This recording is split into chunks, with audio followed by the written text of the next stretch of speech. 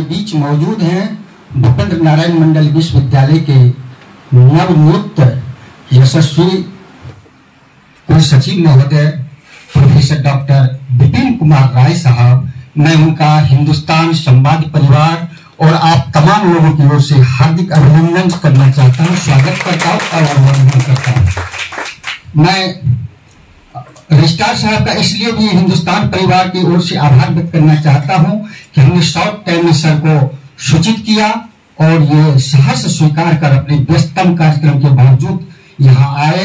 और मुझे लगता है कि शायद इनके योगदान के बाद सर का पहला कार्यक्रम है जो कि हिंदुस्तान को मिला है। आप लोगों के बीच मौजूद है, इसलिए सर आपका बहुत बहुत स्वागत है।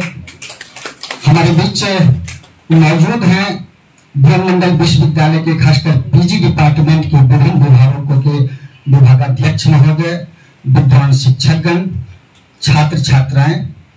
आज के इस संवाद में आप लोग की भावनाओं को हम लोग लेंगे, तो इसके लिए मैं मंच संचालन के लिए आमंत्रित करना चाहता हूं अंग्रेजी के विद्वान शिक्षक डॉक्टर अरुण कुमार झा जी और हिंदी की विदुषी शेफालिका शेखर जी। आप दोनों मिलकर इस कार्यक्रम को संचालित करेंगे। और अब हम लोग सिर्फ हमारे जो हिंदुस्तान टीम के साथी हैं वो सिर्फ हम लोग रिपोर्टिंग करेंगे। इस कार्यक्रम की पूरी जवाबदेही आप लोग की होगी, आप लोग करेंगे। और सर से निवेदन होगा कि सर हमारे अतिथि को यहाँ पे मंगाएंगे। ज्यादा गुंजाइश नहीं होगा इस तरह का। दूसरी बात है कि जीपीएस सिस्टम, जब एक जैसे चुनाव की बात होती है तो इलेक्शन कमीशन सुदूर देहात में भी फेयर चुनाव करा लेते हैं, वहाँ कोई समस्या नहीं होती है। पूरे देश में हर छोटे छोटे जिले में चुनाव होती है और इलेक्शन कमिश्नर जब चुनाव कराते हैं तो सारी व्यवस्थाएं ऐसी देते हैं जो फेयर चुनाव हो जाता है। तो इसी तरह से जब इतनी बड़ी व्यवस्था है और इतने सारे लोग, चूंकि हर एग्जाम से ज्यादा कैंडिडेट अब मेडिकल में बैठ रहे हैं और एनटीए के अधीन जितनी परीक्षाएं हैं तो उन्हें भी इस तरह के फुलप्रूफ कदम उठाने पड़ेंगे। Question delivering, printing, question delivering, यही दो माजरा है जिसमें क्वेश्चन किसी भी कैंडिडेट को या माफियाओं को परीक्षा से पहले हाथ लग जाना, इसकी सुरक्षा के लिए जरूरी है कि आप सारे काम सीसीटीवी सर्विलांस में कराएं, चाहे प्रिंटिंग हो, पुलिस फोर्स की व्यवस्था की जाए, डिस्ट्रिक्ट मजिस्ट्रेट हैं उनकी जिम्मेवारी की जाए कि जहां प्रेस में है कितने दिवस का है एक कमेटी गठित की जाए, उनकी निगरानी में प्रिंटिंग हो, पैकिंग हो, फिर आप जो डिलीवर कर रहे हैं तो जहां से पहुंचाया जा रहा है उस तरह की आप एक गवर्नमेंट एजेंसी के द्वारा अगर व्यवस्था बनाएंगे तभी ये सुधार होगा।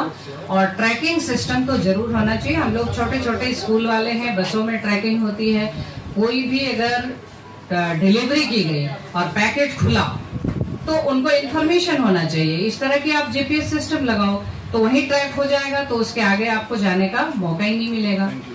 तो यही हमारा सुझाव है कि इस तरह से अगर आयोजन हो तो ज्यादा अच्छा होगा। बहुत बहुत धन्यवाद। Thank you.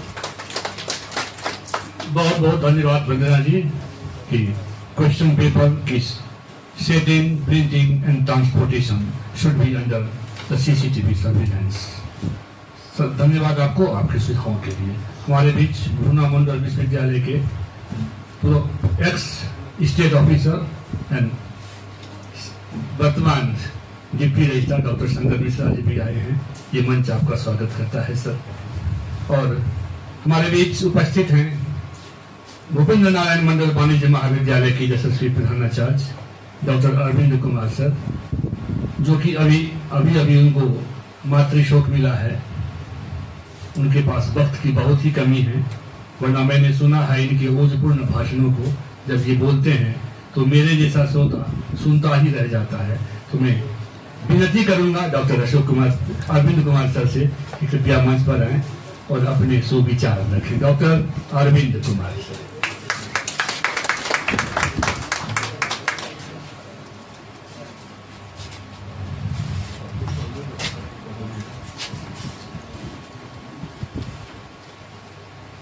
भूपेंद्र नारायण मंडल विश्वविद्यालय के इस नॉर्थ परिसर के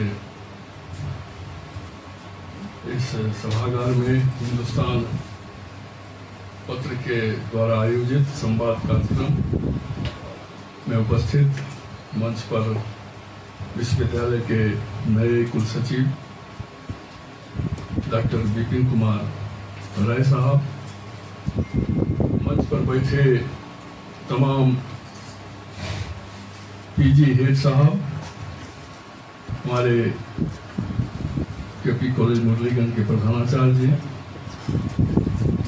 सभी विद्वान शिक्षकगण, शोधार्थी और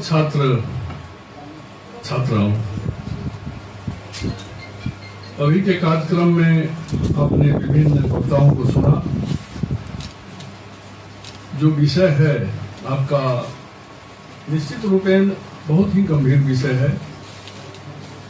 छात्र नेता ने भी बोला, भाई समय परिस्थिति के अनुसार आज का जो विषय है, मैं मानता हूं निश्चित रूपेण बहुत ही कठिन विषय है। बहुत ही इस पर हम लोगों की राय क्या हो सकती है। अभी के वक्ताओं ने अपनी अपनी बातों को अपने अपने ढंग से रखा और व्यक्तिगत विचार जो साथियों की थी उन्होंने रखा।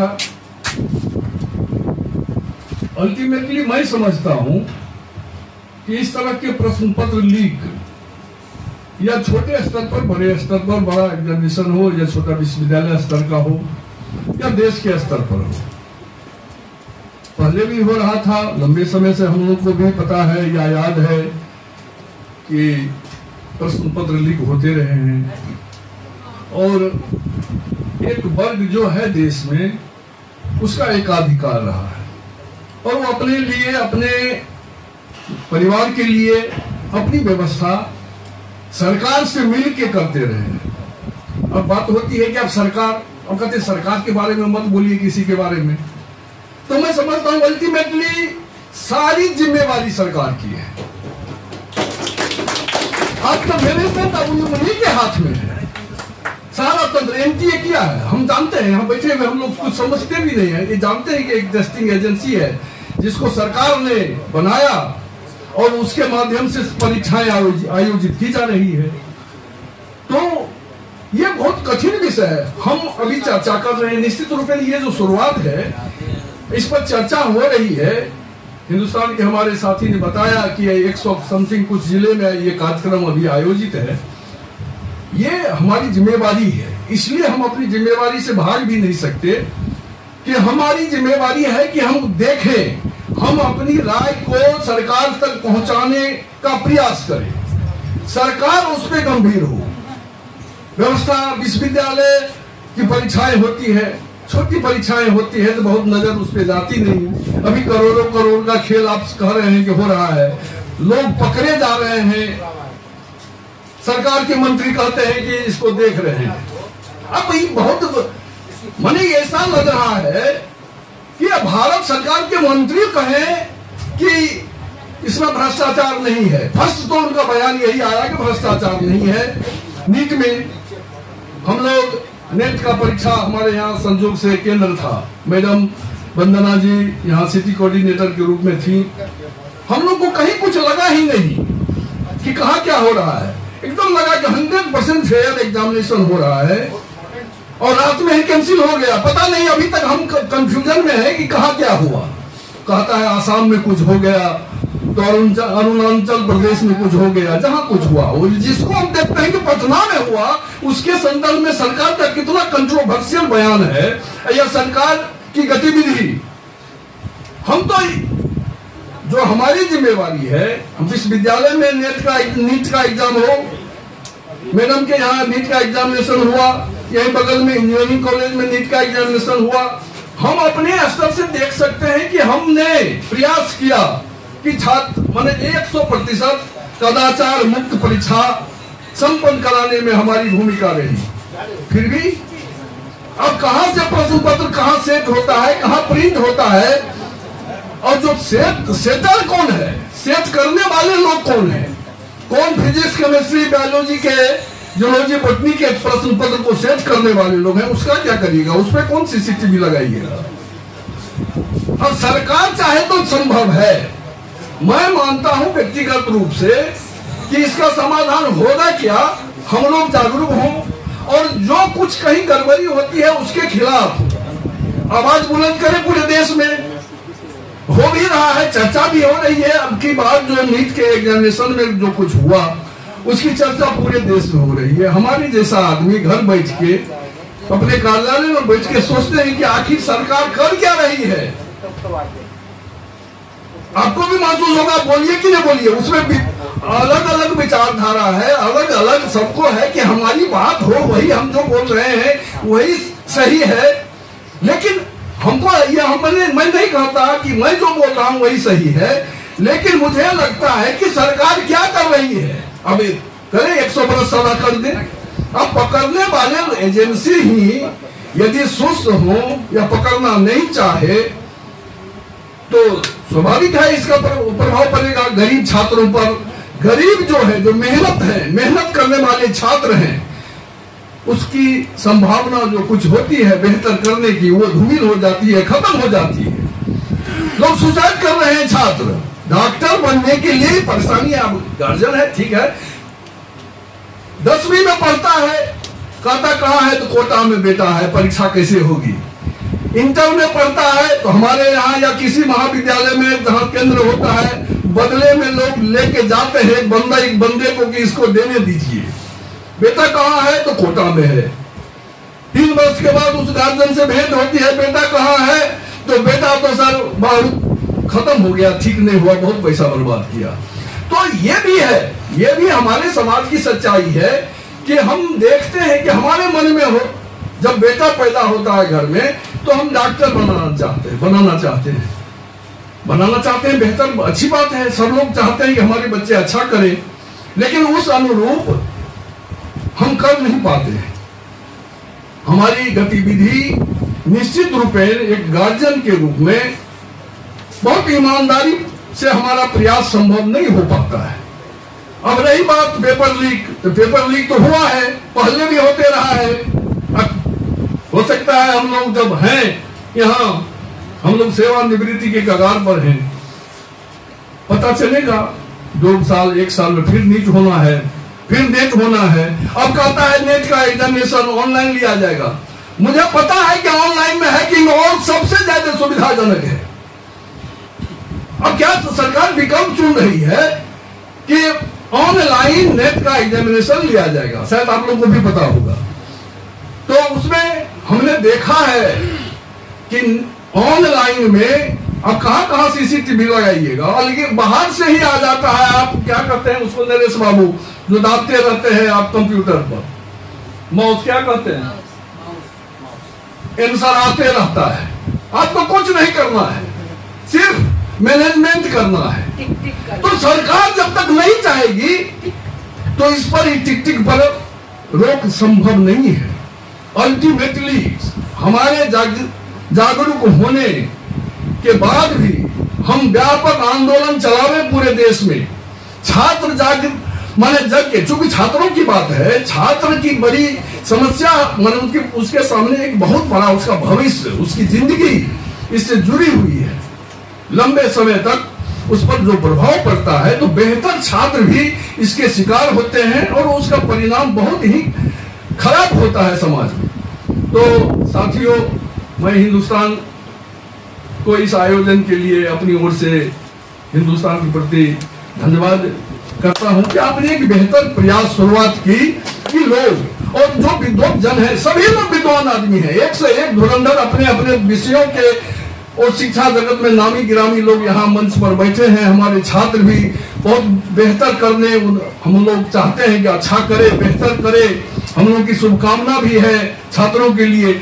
लेकिन ये इतनी बड़ी समस्या है, इस पर पूरे देश में एक वातावरण बने, देश के लोगों का उस पर सरकार पर अंकुश हो, और सरकार जब तक नहीं चाहेगी हम आप कितना ही कुछ कर लें तो ये जो भ्रष्टाचार, जो बहुत ही शब्द जो है, सत्य, अहिंसा, हो क्या रहा है, लोग रोज हिंसा हो रहा है।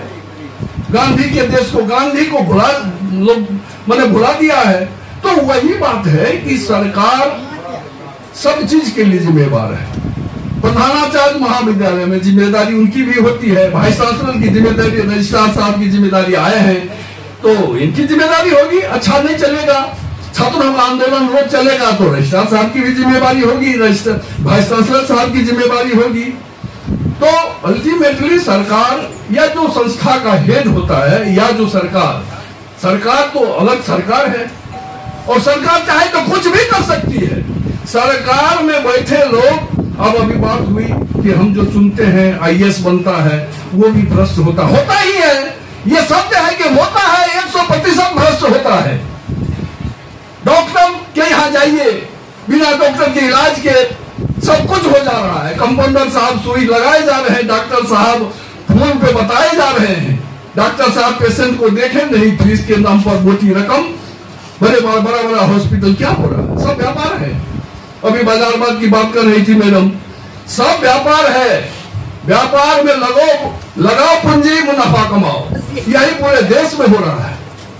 अब कहां से इस पर रोक लगेगी? सबकी जिम्मेवारी है, हमारी भी जिम्मेदारी है, आपकी भी है। बहुत बहुत धन्यवाद। थैंक यू सर, मेरी स्टेटमेंट को सत्य करने के लिए कि आप जब बोलते हैं तो मेरे जैसा छात्र सुनता ही रह जाता है। Online examinations can also be hacked as proposed by doctor Arvind Kumar कि नीट का एग्जाम दुरुस्त हो, उसके लिए ऑनलाइन एग्जाम देने की व्यवस्था की जा रही है, but it is a bit more easier to hack the online examination. और for all this mishappenings, only the government is responsible, and not only the government, but जहां कहीं भी होता है उस संस्था का प्रधान उसके लिए जिम्मेदार तो माना ही जा सकता है। अगर ऐसा नहीं होता तो शायद हमारे यहाँ हर साल बजट की तैयारी होती है, और जैसा कि मेरा अभिज्ञान है कि बजट जब बनना शुरू होता है तो संसद भवन में वो हलवा वगैरह बनाया जाता है, और जितने भी लोग उस कार्यक्रम में लगे होते हैं उनको एक ही कमरे में बंद कर दिया जाता है। तो जब तक बजट लोकसभा में ये नहीं कर दिया जाता है, पेश नहीं कर दिया जाता है, तब तक उन लोगों को वहां से आउट होने नहीं दिया जाता है। तो शायद ऐसी भी एक व्यवस्था करी जा सकती है कि क्वेश्चन सेटर से लेकर के, क्योंकि हर क्वेश्चन सेटर को to keep them in CCTV surveillance is not at all possible. हाँ, उन लोगों को एक जगह इकट्ठा करके they will be paid for that कि आप सर यहाँ रहिए, this is your bed, this is your washroom, और आप क्वेश्चन सेट कीजिए और हम एग्जाम लेंगे। और देश का नागरिक होने के नाते वो आदमी करेगा, जरूर से जरूर करेगा। और हमारे बीच रांची यूनिवर्सिटी के सोशियोलॉजी डिपार्टमेंट के एचओडी डॉक्टर प्रभात कुमार सिंह साहब हैं। मैं विनम्र विनती करता हूं डॉक्टर सिंह साहब से कि कृपया आए, और सर हमारे और भी हैं लोग, कृपया समाधान पे बोलते हुए समय का ध्यान।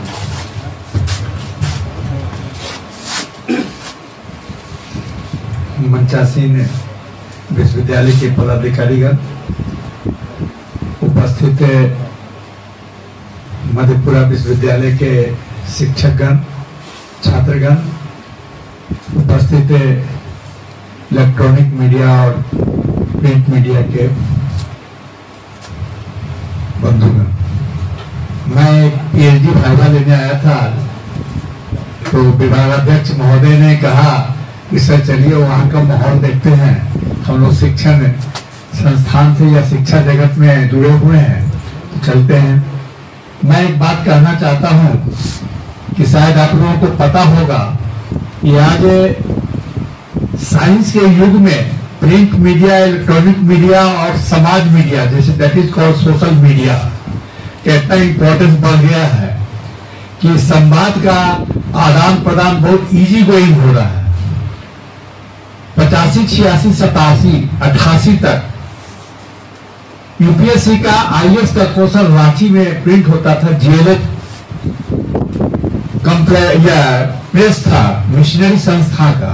शायद बहुत कम लोगों को जानकारी होगी, इवन कि प्रेस मीडिया के लोग हैं उनको जानकारी है कि नहीं, लेकिन मैं जानकारी देना चाहता हूं। उसमें यूपीएससी का आईएएस का क्वेश्चन कभी प्रिंट हुआ करता था रांची शहर में, हिंदुस्तान के किसी भी शहर में नहीं होता था।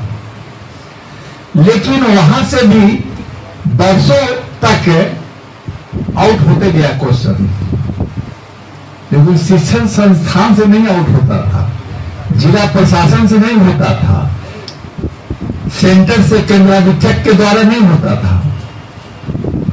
वो होता था वहां का एक पोस्ट ऑफिस था पुलिया रोड में, वहां से होता था। वहां का एक पोस्ट मास्टर जो था, वो जब डिस्पैच होती थी दिल्ली भेजने की तैयारी होती थी पूरे पैकेट्स को, तो वो क्या करता था पोस्टमैन कि साइड से ब्लेड से उसको काट के क्वेश्चन, पहले जीरोक्स का भी जमाना नहीं था उस समय, उतना बहुत रेयर होता था, नया नया मशीन आया था। वो क्या किया, रांची यूनिवर्सिटी के अंदर एक रांची कॉलेज है, उसका छात्रावास है, वहां 1 बजे रात में एक लड़का अपने पापा को फोन करता है, वहां से 60 किलोमीटर 50 किलोमीटर की दूरी पर एक खिलाड़ी कोल माइंस एरिया है, वहां उसके फादर जो है एक पुलिस इंस्पेक्टर के रूप में कार्यरत थे। वो लड़का बोलता है, पहले मोबाइल भी नहीं था उतना, वो बूथ पर गया, कैसे फोन किया, पापा को थाना में फोन किया, पापा हमको 5,000 रुपया सुबह तक चाहिए। तो किस लिए? तो ऐसा बात है। बोला ठीक है बेटा, हम सुबह पार्क लेके आते हैं, तुम उसको मैनेज करके रखो। वो अपना पुलिस जीप से आके यहाँ जिला प्रशासन को लेके उस आदमी तक पहुंच के वो रैकेट को पकड़ा था। वो अभी एक गार्जियन था, आज के भी गार्जियन है। तो ये कोई नई बात नहीं है। सरकार को हम दोष दे रहे हैं, समाज को दोष दे रहे हैं, गार्जियन को दे रहे हैं। हम समाजशास्त्र के विद्यार्थी हैं। बाजारवाद, अर्थवाद, आर्थिक क्रिया, उनका आदान प्रदान, सब लोग चाह रहे हैं जितना जल्दी हम बड़े हो जाए, कैसे पैसा आए, कैसे मेरा बेटा डॉक्टर बन जाए। बिहार में तो रैकेट बहुत पुराना है, अपने नाम नहीं लेना चाहते हैं, वो अपने ड्राइवर को, अपना कुक को, अपनी मेड को डॉक्टर्स इंजीनियर्स बनाया है। That is called Ranjit don का नाम सुने होंगे। वो पूरे खानदान को बनाया। अभी भी तो पकड़ाया है, बिहार का उसमें है जो हजारीबाग में पकड़ाया है, आपका जमशेदपुर में पकड़ाया है, राजस्थान में पकड़ाया है। रैकेट है ये। तो इसको रोकने की जिम्मेदारी सबसे पहले आती है। आईएएस का जो क्वेश्चन रांची में आउट हुआ, तो वो उतना, उसमें मीडिया उतना स्ट्रांग नहीं थी, वो धीरे धीरे दब गया। और वो फिर अभी आईएएस से क्वेश्चन शायद कम लोगों को पता होगा, हिंदुस्तान में नहीं छपती है, बाहर छपती है, विदेशों में छपती है, हर सब्जेक्ट का अलग अलग कंट्री में छपती है। तो इस तरह का पाबंदी सरकारी एजेंसियों को, अब प्राइवेट, पहले नेट का होता था, हम लोग यूनिवर्सिटी में कोऑर्डिनेटर के रूप में हम कार्यरत रहे हैं।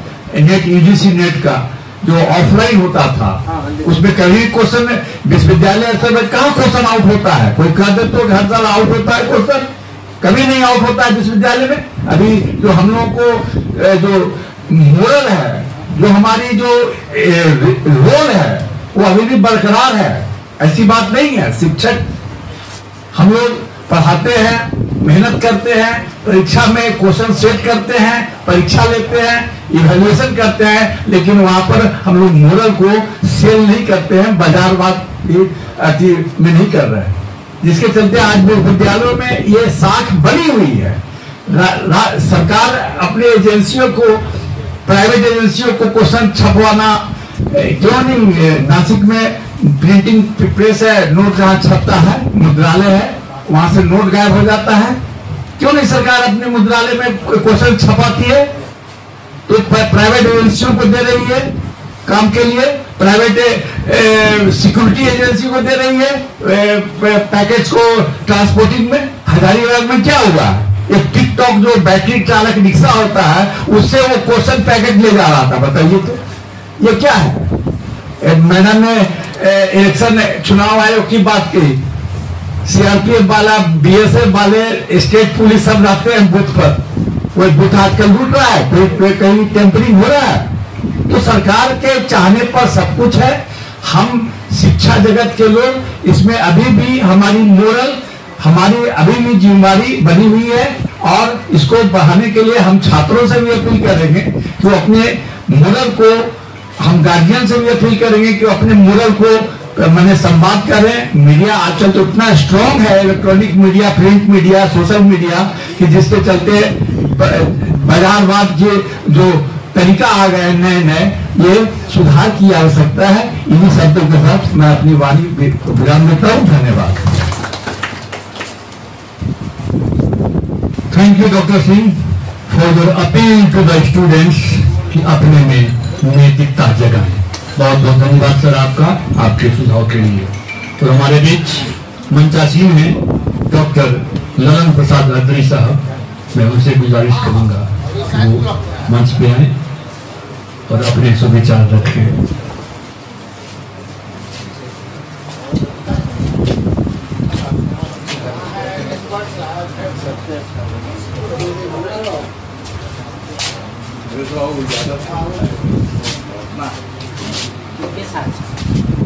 दैनिक अखबार हिंदुस्तान के संवाद कार्यक्रम में मंचासीन हमारे प्रभारी कुलपति महोदय, कुलसचिव महोदय, सम्मानित मंच एवं मेरे शिक्षक बंधु एवं छात्र बंधु एवं छात्राओं, पूर्व के वक्ताओं ने कहा, कुछ वक्ताओं की नैतिक स्तर, वास्तव में अब प्रयास किया जा रहा है कि नैतिक शिक्षा दी जाए। नैतिकता सबसे बड़ी जरूरी है। हम नैतिकवान कैसे बने, बचपन से ही पाठ पढ़ाया जाता है हमारे समाज में। पहले भी भ्रष्टाचार होता था, लेकिन बृहद पैमाने पर नहीं। भारत सरकार के पहली सरकार में भी जीप घोटाला हुआ था 54-55 में, लेकिन निचले स्तर पर होता था। लेकिन आज धन की होड़, हम धनवान कैसे बन जाएं, या प्रवृत्ति जो समाज में बनी है, या भ्रष्टाचार को, हमारे माननीय कुलपति कह रहे थे, हम निर्मली कॉलेज में गए, एक शिक्षक गाछ पर बैठ के वीडियो बना रहा था। गाछ पर बैठ के पढ़ाने के जगह गाछ पर बैठ के वीडियो बना रहा था। इनको देखा तो कुछ नहीं, सिपाही को देखा तो घर पर से कूद गया, भागने लगा। कहा कि तुम कहाँ भाग रहे, तो और सबको सब बुला के ला रहे हैं। तो हमारा नैतिक पतन हो गया है। हम शिक्षक हैं, महाविद्यालय के शिक्षक हैं, हम गाछ पर बैठे हुए हैं, हम बाजार में घूम रहे हैं। हम लोग को याद है, हम भी टीबी कॉलेज के छात्र थे। किसी टीचर को देखते थे तो बगल हो जाते थे। आज हमारे छात्र हमारे सामने, हम भी खाते हैं पान और छात्र भी खाता है पान, तो हमें भी पतन हुआ है। इसकी जिम्मेवारी हम शिक्षकों पर भी है। तो आज अपने चरित्र को, व्यक्तिगत हित, जब कोई व्यक्ति सोचेगा तो वह पतनोन्मुख होगा। समाज का हित सोचिए, राष्ट्र का हित सोचिए। व्यक्तिगत हित, हम धनवान बन जाए, हम बलवान बन जाए, हम शक्तिशाली हो जाए, तो समाज का पतन होता है। समाज को साथ लेके चलिए, राष्ट्र को साथ लेके चलिए, और जिसमें राष्ट्र हमारा आगे बढ़े या विचार होगा, वह भ्रष्ट नहीं हो सकता है। और सुझाव के तौर पर माननीय वंदना जी ने ठीक ही कहा कि भारत सरकार चुनाव कराती है, गवर्नमेंट एजेंसी। हमारे और भी वक्ताओं ने कहा, प्रभाताओं ने कहा कि जो गवर्नमेंट की एजेंसी है, डीएम को प्रभार दिया जाए, हमारे विश्वविद्यालय को प्रभार दिया जाए परीक्षा संचालित करने की, और उसकी एक फुल व्यवस्था हो, क्वेश्चन सेट का हो। विभिन्न जगहों से, विभिन्न स्थानों पर हम 20-20 सेट कराएं, और 20 सेट कराएं, सबको इंटरलिंक कर दें, और उसको पूरे ऑल ओवर इंडिया में हम 20 सेट में क्वेश्चन दे। कौन क्वेश्चन कहा जाएगा किसी को पता नहीं चले। तो इस तरह की फुल व्यवस्था होगी, तब इस पर नकेल कथा। और यह प्राइवेट एजेंसी को तो कभी भी नहीं दिया जाना चाहिए। वह पैसे के लोभ में भ्रष्ट हो सकता है। तो प्राइवेट एजेंसी को नहीं दिया जाना चाहिए। गवर्नमेंट, क्योंकि उसको जिम्मेवारी होगी, कलेक्टर गड़बड़ करेगा तो सस्पेंड होगा, डिसमिस होगा। हमारे प्रिंसिपल या टीचर गड़बड़ करेंगे तो सस्पेंड होंगे, डिसमिस होंगे। लेकिन प्राइवेट एजेंसी को क्या है, उसको क्या करें, हम जेल में डाल सकते हैं, 1 करोड़ का जुर्माना लगा सकते हैं। तो इसलिए मेरा व्यक्तिगत सुझाव है कि गवर्नमेंट एजेंसी को यह परीक्षा का भार देना चाहिए, किसी प्राइवेट कुरियर एजेंसी इस सबको नहीं। और प्रशासनिक जैसे चुनाव की प्रक्रिया होती है उसी तरह प्रशासन डीएम को भार दिया जाए, एसपी को भार दिया जाए, विश्वविद्यालय में कुलपति को भार दिया जाए, कुलपति अपने स्तर से महाविद्यालय को भार देंगे और तब यह संभव है कि फुल प्रूफ व्यवस्था हो गई। उसके बावजूद भी अगर हम नैतिकहीन, मेरा नैतिक पतन हो गया हो, तब तक कहने की कोई बात नहीं है। बहुत बहुत धन्यवाद हिंदुस्तान परिवार को इस संवाद के लिए। Thank you sir. Different sets में क्वेश्चन पेपर तैयार किए जाएं और डिफरेंट जगहों पे भेजा जाए ताकि किसी को पता न चल सके। सुझाव नंबर 1, और भी कई सुझावों के बीच एक ये सुझाव कि हम शिक्षकों को अपनी नैतिकता का विकास करना होगा। बहुत बहुत आभार आपका हिंदुस्तान परिवार की ओर से। और हमारे बीच भरूणा मंडल विश्वविद्यालय के सिंडिकेट सदस्य और केपी महाविद्यालय की यशस्वी प्रधानाचार्य डॉक्टर जवाहर पासवान सर हैं। तो मैं उनसे रिक्वेस्ट करूंगा कि कृपया वो डायस में आए और अपने सुविचार व्यक्त करें।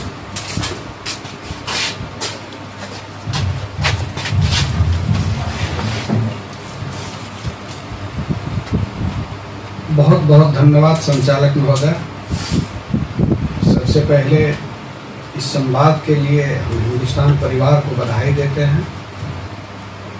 मंचासीन प्रभारी कुलपति महोदय एवं हमारे नवनियुक्त कुल सचिव महोदय सहित तमाम विश्वविद्यालय के पदाधिकारी, विभागाध्यक्ष और विशाल में बैठे विभिन्न विभाग के विभागाध्यक्ष, हमारे अग्रज, हमारे सहकर्मी मित्र, हमारे अनुज, हमारे प्रिय छात्र और छात्राएं,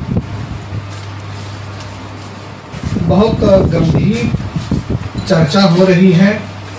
हम लोग सारे प्रबुद्धजन आज सोचने के लिए मजबूर हैं, चाहे वो छात्र हों, छात्राएं हों, अभिभावक हों या हम शिक्षकगण हों।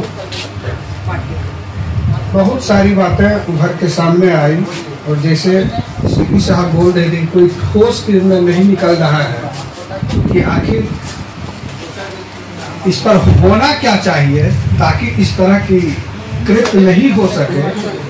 अभी तक मेरे ख्याल से ऐसा ठोस निर्णय हम लोगों के सामने नहीं आया है और हमको लगता है कि ऐसा ठोस निर्णय नहीं आने का एक और कारण है। अभी रांची विश्वविद्यालय के विभागाध्यक्ष महोदय समाजशास्त्र के बोल रहे थे,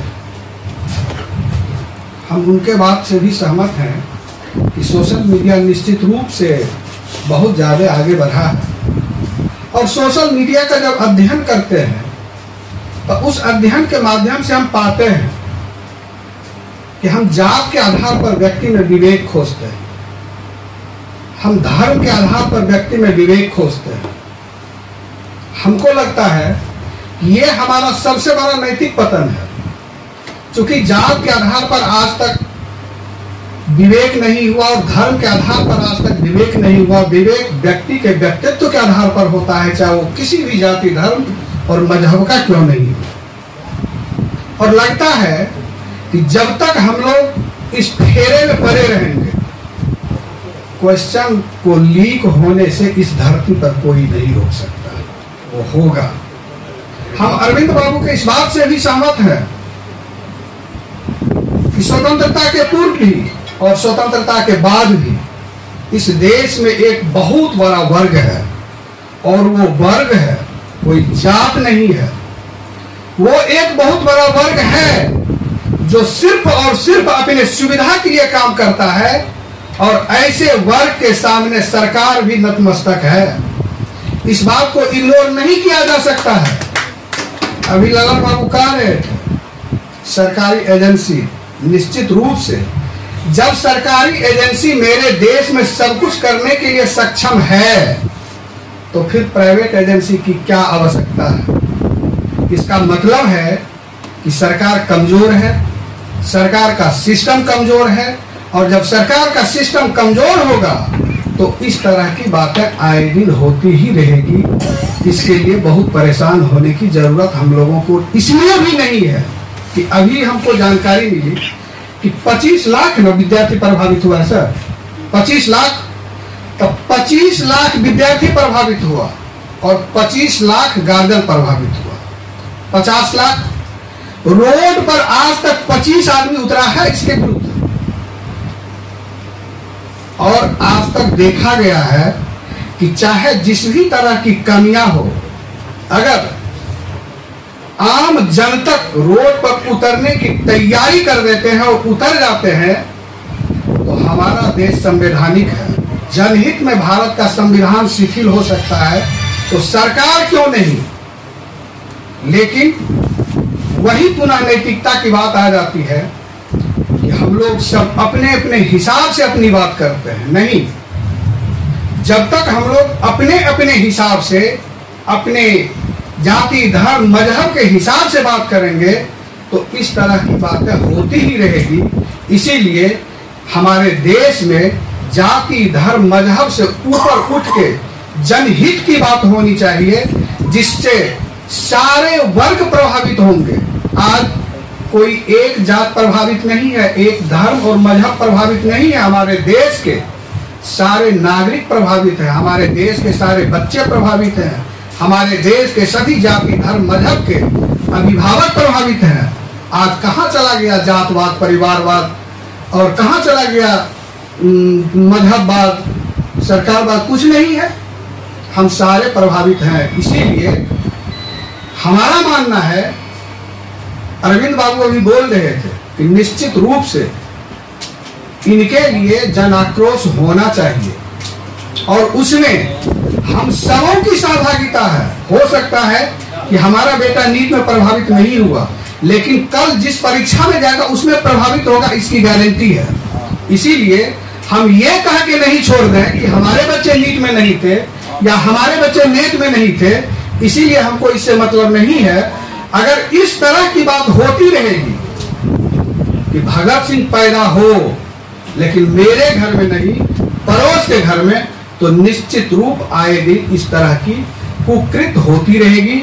और इसके लिए निश्चित रूप से अभी एक वक्ताओं के द्वारा कहा जा रहा था कि विश्वविद्यालय में कुछ होता है तो कुलपति महोदय मतलब इस बात को सुनते हैं, कुलसचिव महोदय सुनते हैं, महाविद्यालय में होता है। कोई कुछ करे, चपरासी से भी चूक हुआ तो पूछा जाएगा प्रिंसिपल से। तो निश्चित रूप से हमारे देश की जो सरकार है, इस चूक के लिए जरूर हम लोगों को सरकार से सवाल करना चाहिए और सरकार के विरुद्ध जन आक्रोश होनी चाहिए, ये हमारा मानना है। और जब तक इस तरह की बात नहीं होगी तो इस संवाद का मेरे ख्याल से कोई औचित्य नहीं होगा। ये मेरा व्यक्तिगत मामला है, व्यक्तिगत बात है। इसी बात से, इन्हीं बातों के साथ आप तमाम आए हुए अग्रज का, मित्रवत साथियों का, अनुज का और छात्र छात्राओं का हम पुनः स्वागत करते हुए मेरे बात को सुने, हम अपनी बात को विराम देते हैं। बहुत बहुत धन्यवाद। Thank you doctor Paswan sir. जाति और धर्म के आधार पर व्यक्तित्व को नहीं खोजा जा सकता। जाति और धर्म से ऊपर उठना ही होगा, तभी सब कुछ सुचारू रूप से होगा। और भगत सिंह हमारे घर में पैदा हो, ये जज्बा हम सबों को अपने आप में पैदा करना होगा, तभी इस देश का विकास होगा। हिंदुस्तान परिवार आपके इस सुझाव के लिए आपका नमन करता है, आपका अभिनंदन करता है। और हमारे बीच भरूणा मंडल विश्वविद्यालय मधेपुरा के IQAC इंटरनेशनल क्वालिटी एश्योरेंशियल के ओजस्वी डायरेक्टर, इंटेलिजेंट डायरेक्टर, कुछ भी कहूँ, आज भी वो लगे हुए थे, मेहनती डायरेक्टर साहब डॉक्टर नरेश कुमार सर हैं। मैं उनसे प्रार्थना करूंगा कि कृपया वो डायस पे आए तो अपने अच्छे विचार व्यक्त करें।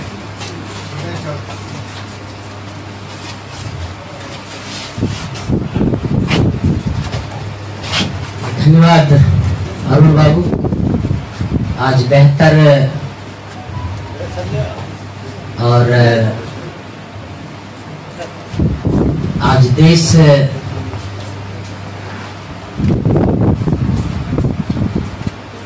में चर्चा का विषय जो बना हुआ है उस को ध्यान में रखते हुए हिंदुस्तान के द्वारा ये महत्वपूर्ण संवाद कार्यक्रम रखा गया है। इस कार्यक्रम में उपस्थित हमारे विश्वविद्यालय के प्रभारी कुलपति प्रोफेसर डॉक्टर अशोक कुमार यादव जी, हमारे विश्वविद्यालय के कुलसचिव प्रोफेसर डॉक्टर विपिन कुमार राय साहब, हमारे सामने विभागाध्यक्षगण, हमारे विश्वविद्यालय के महाविद्यालय के प्रधानाचार्यगण, शिक्षकगण, रिसर्च स्कॉलर्स, छात्र छात्राओं, आज का ये महत्वपूर्ण संवाद कार्यक्रम हिंदुस्तान के द्वारा रखा गया है। मैं सबसे पहले हिंदुस्तान के पत्रकार भाइयों को मैं धन्यवाद दूं कि आपने एक महत्वपूर्ण कार्यक्रम चौथे स्तंभ के तौर पर जो होना चाहिए, ऊपर से नीचे तक बात पहुंचाने के लिए या नीचे से ऊपर तक बात पहुंचाने के लिए आपने ये एक बेहतर कार्यक्रम रखा। इसके लिए आपको के प्रति मैं आभार व्यक्त करता हूं। आज का टॉपिक है परीक्षाओं को पारदर्शी बनाना, लेकिन तब से जो चर्चा चल रही है वो पारदर्शी बनाने की चर्चा तो है ही, लेकिन चर्चा चल रही है नीट और नेट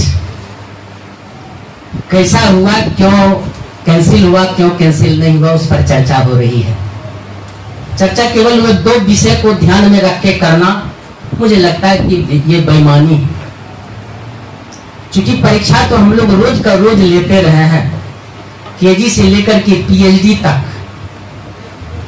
उसी में नीट के एडमिशन एंट्रेंस भी होता है, एनटीए भी होता है, नेट भी होता है।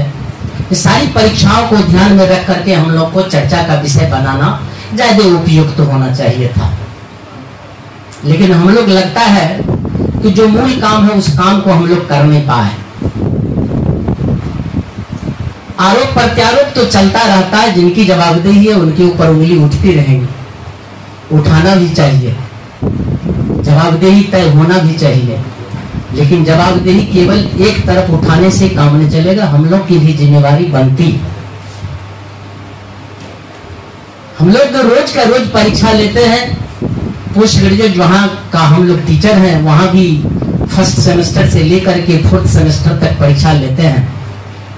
एमबीबीएस की परीक्षा लेते हैं, इंजीनियरिंग की परीक्षा लेते हैं, वोकेशनल बीएड एमएड की परीक्षा लेते हैं।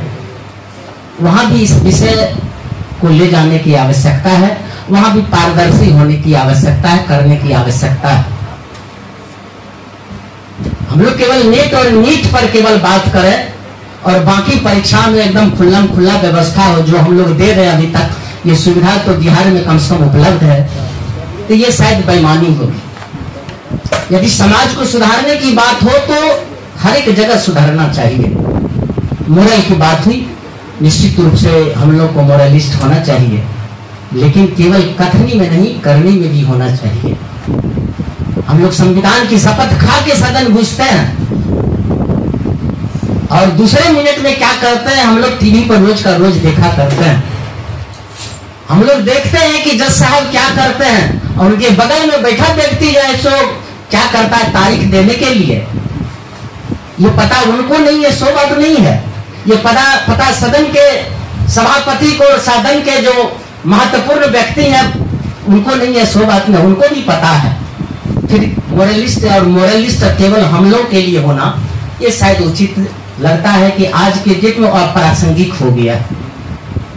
महत्वपूर्ण बात यह है कि आज की परीक्षाएं जब ऐसी होती रही तो उस पर क्या करना, उसका कारण क्या है, उसका परिणाम क्या है और उसका निदान कैसे होगा, इस पर महत्वपूर्ण चर्चा करने की आवश्यकता थी। शायद हिंदुस्तान पेपर वाले, मीडिया वाले इसी को ध्यान में रखकर आज की बैठक बुलाए हुए थे, संवाद कार्यक्रम रखे हुए थे। मैं मानता हूं कि परीक्षा में नकल होना या परीक्षा को नकल के पहले क्वेश्चन लीक होना ये घोर अपराध है।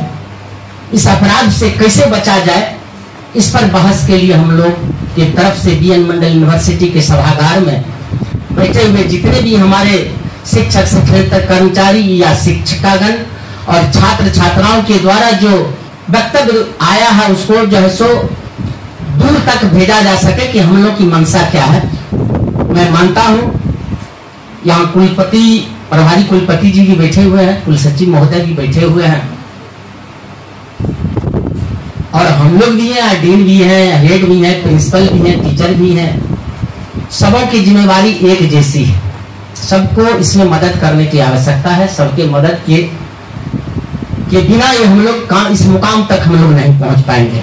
सबसे पहला ये परीक्षाओं में जो कदाचार होता है वो अलग मुद्दा है। उस कदाचार को रोकने के लिए हमारे विजिलेटर्स होते हैं, सीएस होते हैं, वरंदस्ता होता है, वो हम लोग कंट्रोल में कर लेंगे। लेकिन पेपर जो लीक होता है उसमें हमारे सीएस या हमारे जो ऐसे विजिलेटर्स या हमारे साथ जो वरंदस्ता की टीम होती है, जो ऑब्जर्वर्स होते हैं, उनका क्या इसमें रोल है? उसमें कोई रोल नहीं है। तो उसका क्वेश्चन आखिर लीक क्यों होता है? यदि लीक भीतर से ही हम लोग कई क्वेश्चन को कहीं बाहर भेजते हैं, ऐसा क्यों होता? तो मैं मानता हूं, मेरा निजी मानना है, ये क्वेश्चन का लीक होना केवल और केवल जो है सो ये पैसा कमाने का एकमात्र धंधा है। बहुत सारे वक्तागण कह चुके हैं कि ये प्राइवेट एजेंसी को नहीं देना चाहिए। प्राइवेट एजेंसी तो पैसे के लिए आता है, उसका और दूसरा कोई मकसद नहीं है। उनका एकमात्र मकसद है कि पैसा, ज्यादा से ज्यादा पैसा कैसे कलेक्शन हो। तो सरकार को सबसे पहला स्टेप मैं चाहूंगा अपने हिंदुस्तान मीडिया के बंधुओं से, जो बात को नोट कर रहे हैं मेरी तरफ से बात को जरूर नोट करें कि सबसे पहला स्टेप उठाएं कि वो प्राइवेट एजेंसी से जो है सो परीक्षाओं को मुक्त करें। ये महत्वपूर्ण कारण है कि पैसा कमाने के लिए जो आया है वह पैसे कमाएंगे, वह आपकी परीक्षा की पवित्रता को आप दुरुस्त नहीं कर सकते हैं। उनका एकमात्र मकसद होता है ज्यादा से ज्यादा पैसा कैसे हो। दूसरा जो एक कारण है हमारे समाज में जो प्रतिस्पर्धा है छात्रों में, जो बेहतर रैंक लाने के लिए अपना जो है सो चोरी चपाटी या क्वेश्चन लीक करवाते हैं, वो भी एक महत्वपूर्ण कारण है। ये प्रतिस्पर्धा कैसे दूर हो, प्रतिस्पर्धा कैसे स्वस्थ हो, प्रतिस्पर्धा के लिए जो है सो हम लोग को क्या करना चाहिए, वहां किस मॉडल की बात होनी चाहिए, उस पर भी जो है सो गहन चिंतन की आवश्यकता है। तीसरा जो महत्वपूर्ण कारण है वो कारण है कि हम लोग जो क्वेश्चन लीक करवाते हैं या क्वेश्चन में परीक्षा में चोरी करवाते हैं, वह केवल और केवल हम लोग का एक मकसद होता है कि हम लोग अपने आप को परीक्षार्थी के जो है के पास सरेंडर कर देते हैं अपने लिए या अपनों के लिए। जैसा कि अभी पूर्व के वक्ता चाहे बीएनएमबी कॉलेज के प्रधानाचार्य के द्वारा और केपी कॉलेज के प्रधानाचार्य के द्वारा कहा गया, मैं पूर्णतः उनकी बातों से सहमत हूं कि अपने लिए और अपनों के लिए जो ये कुकृत्य किया जाता है वो भी एक कारण है। मैं 3 कारण समझता हूं कि 3 कारण के से ही जो है परीक्षा की पवित्रता या क्वेश्चन लीक होता है। इसका जो असर पड़ता है वो उसके बारे में मैं कहना चाहता हूं कि इसका असर जो मेधावी छात्र हैं, गरीब छात्र हैं, जो सुदूर देहात से आते हैं, जिनके माता पिता यहाँ तक भेजने में सफल नहीं हो पाते हैं, सबसे ज्यादा असर वहां उनके ऊपर पड़ता है।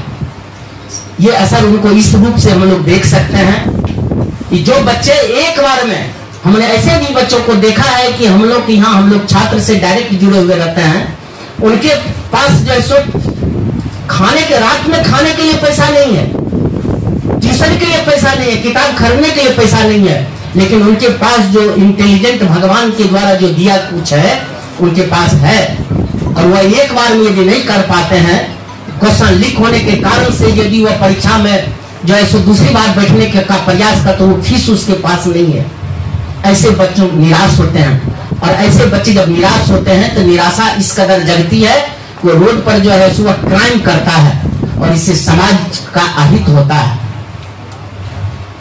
और समाज का जब वो असर, ये असर है, और सबसे जो बड़ी बात है कि इसका जो असर पड़ता है वो पड़ता है छात्रों पर, और छात्रों से ज्यादा पड़ता है शिक्षक पर। छात्रों का भविष्य केवल अधर में नहीं जाता है, शिक्षक का भी भविष्य अधर में जाता है कि हम लोग की पूछ घट जाती है।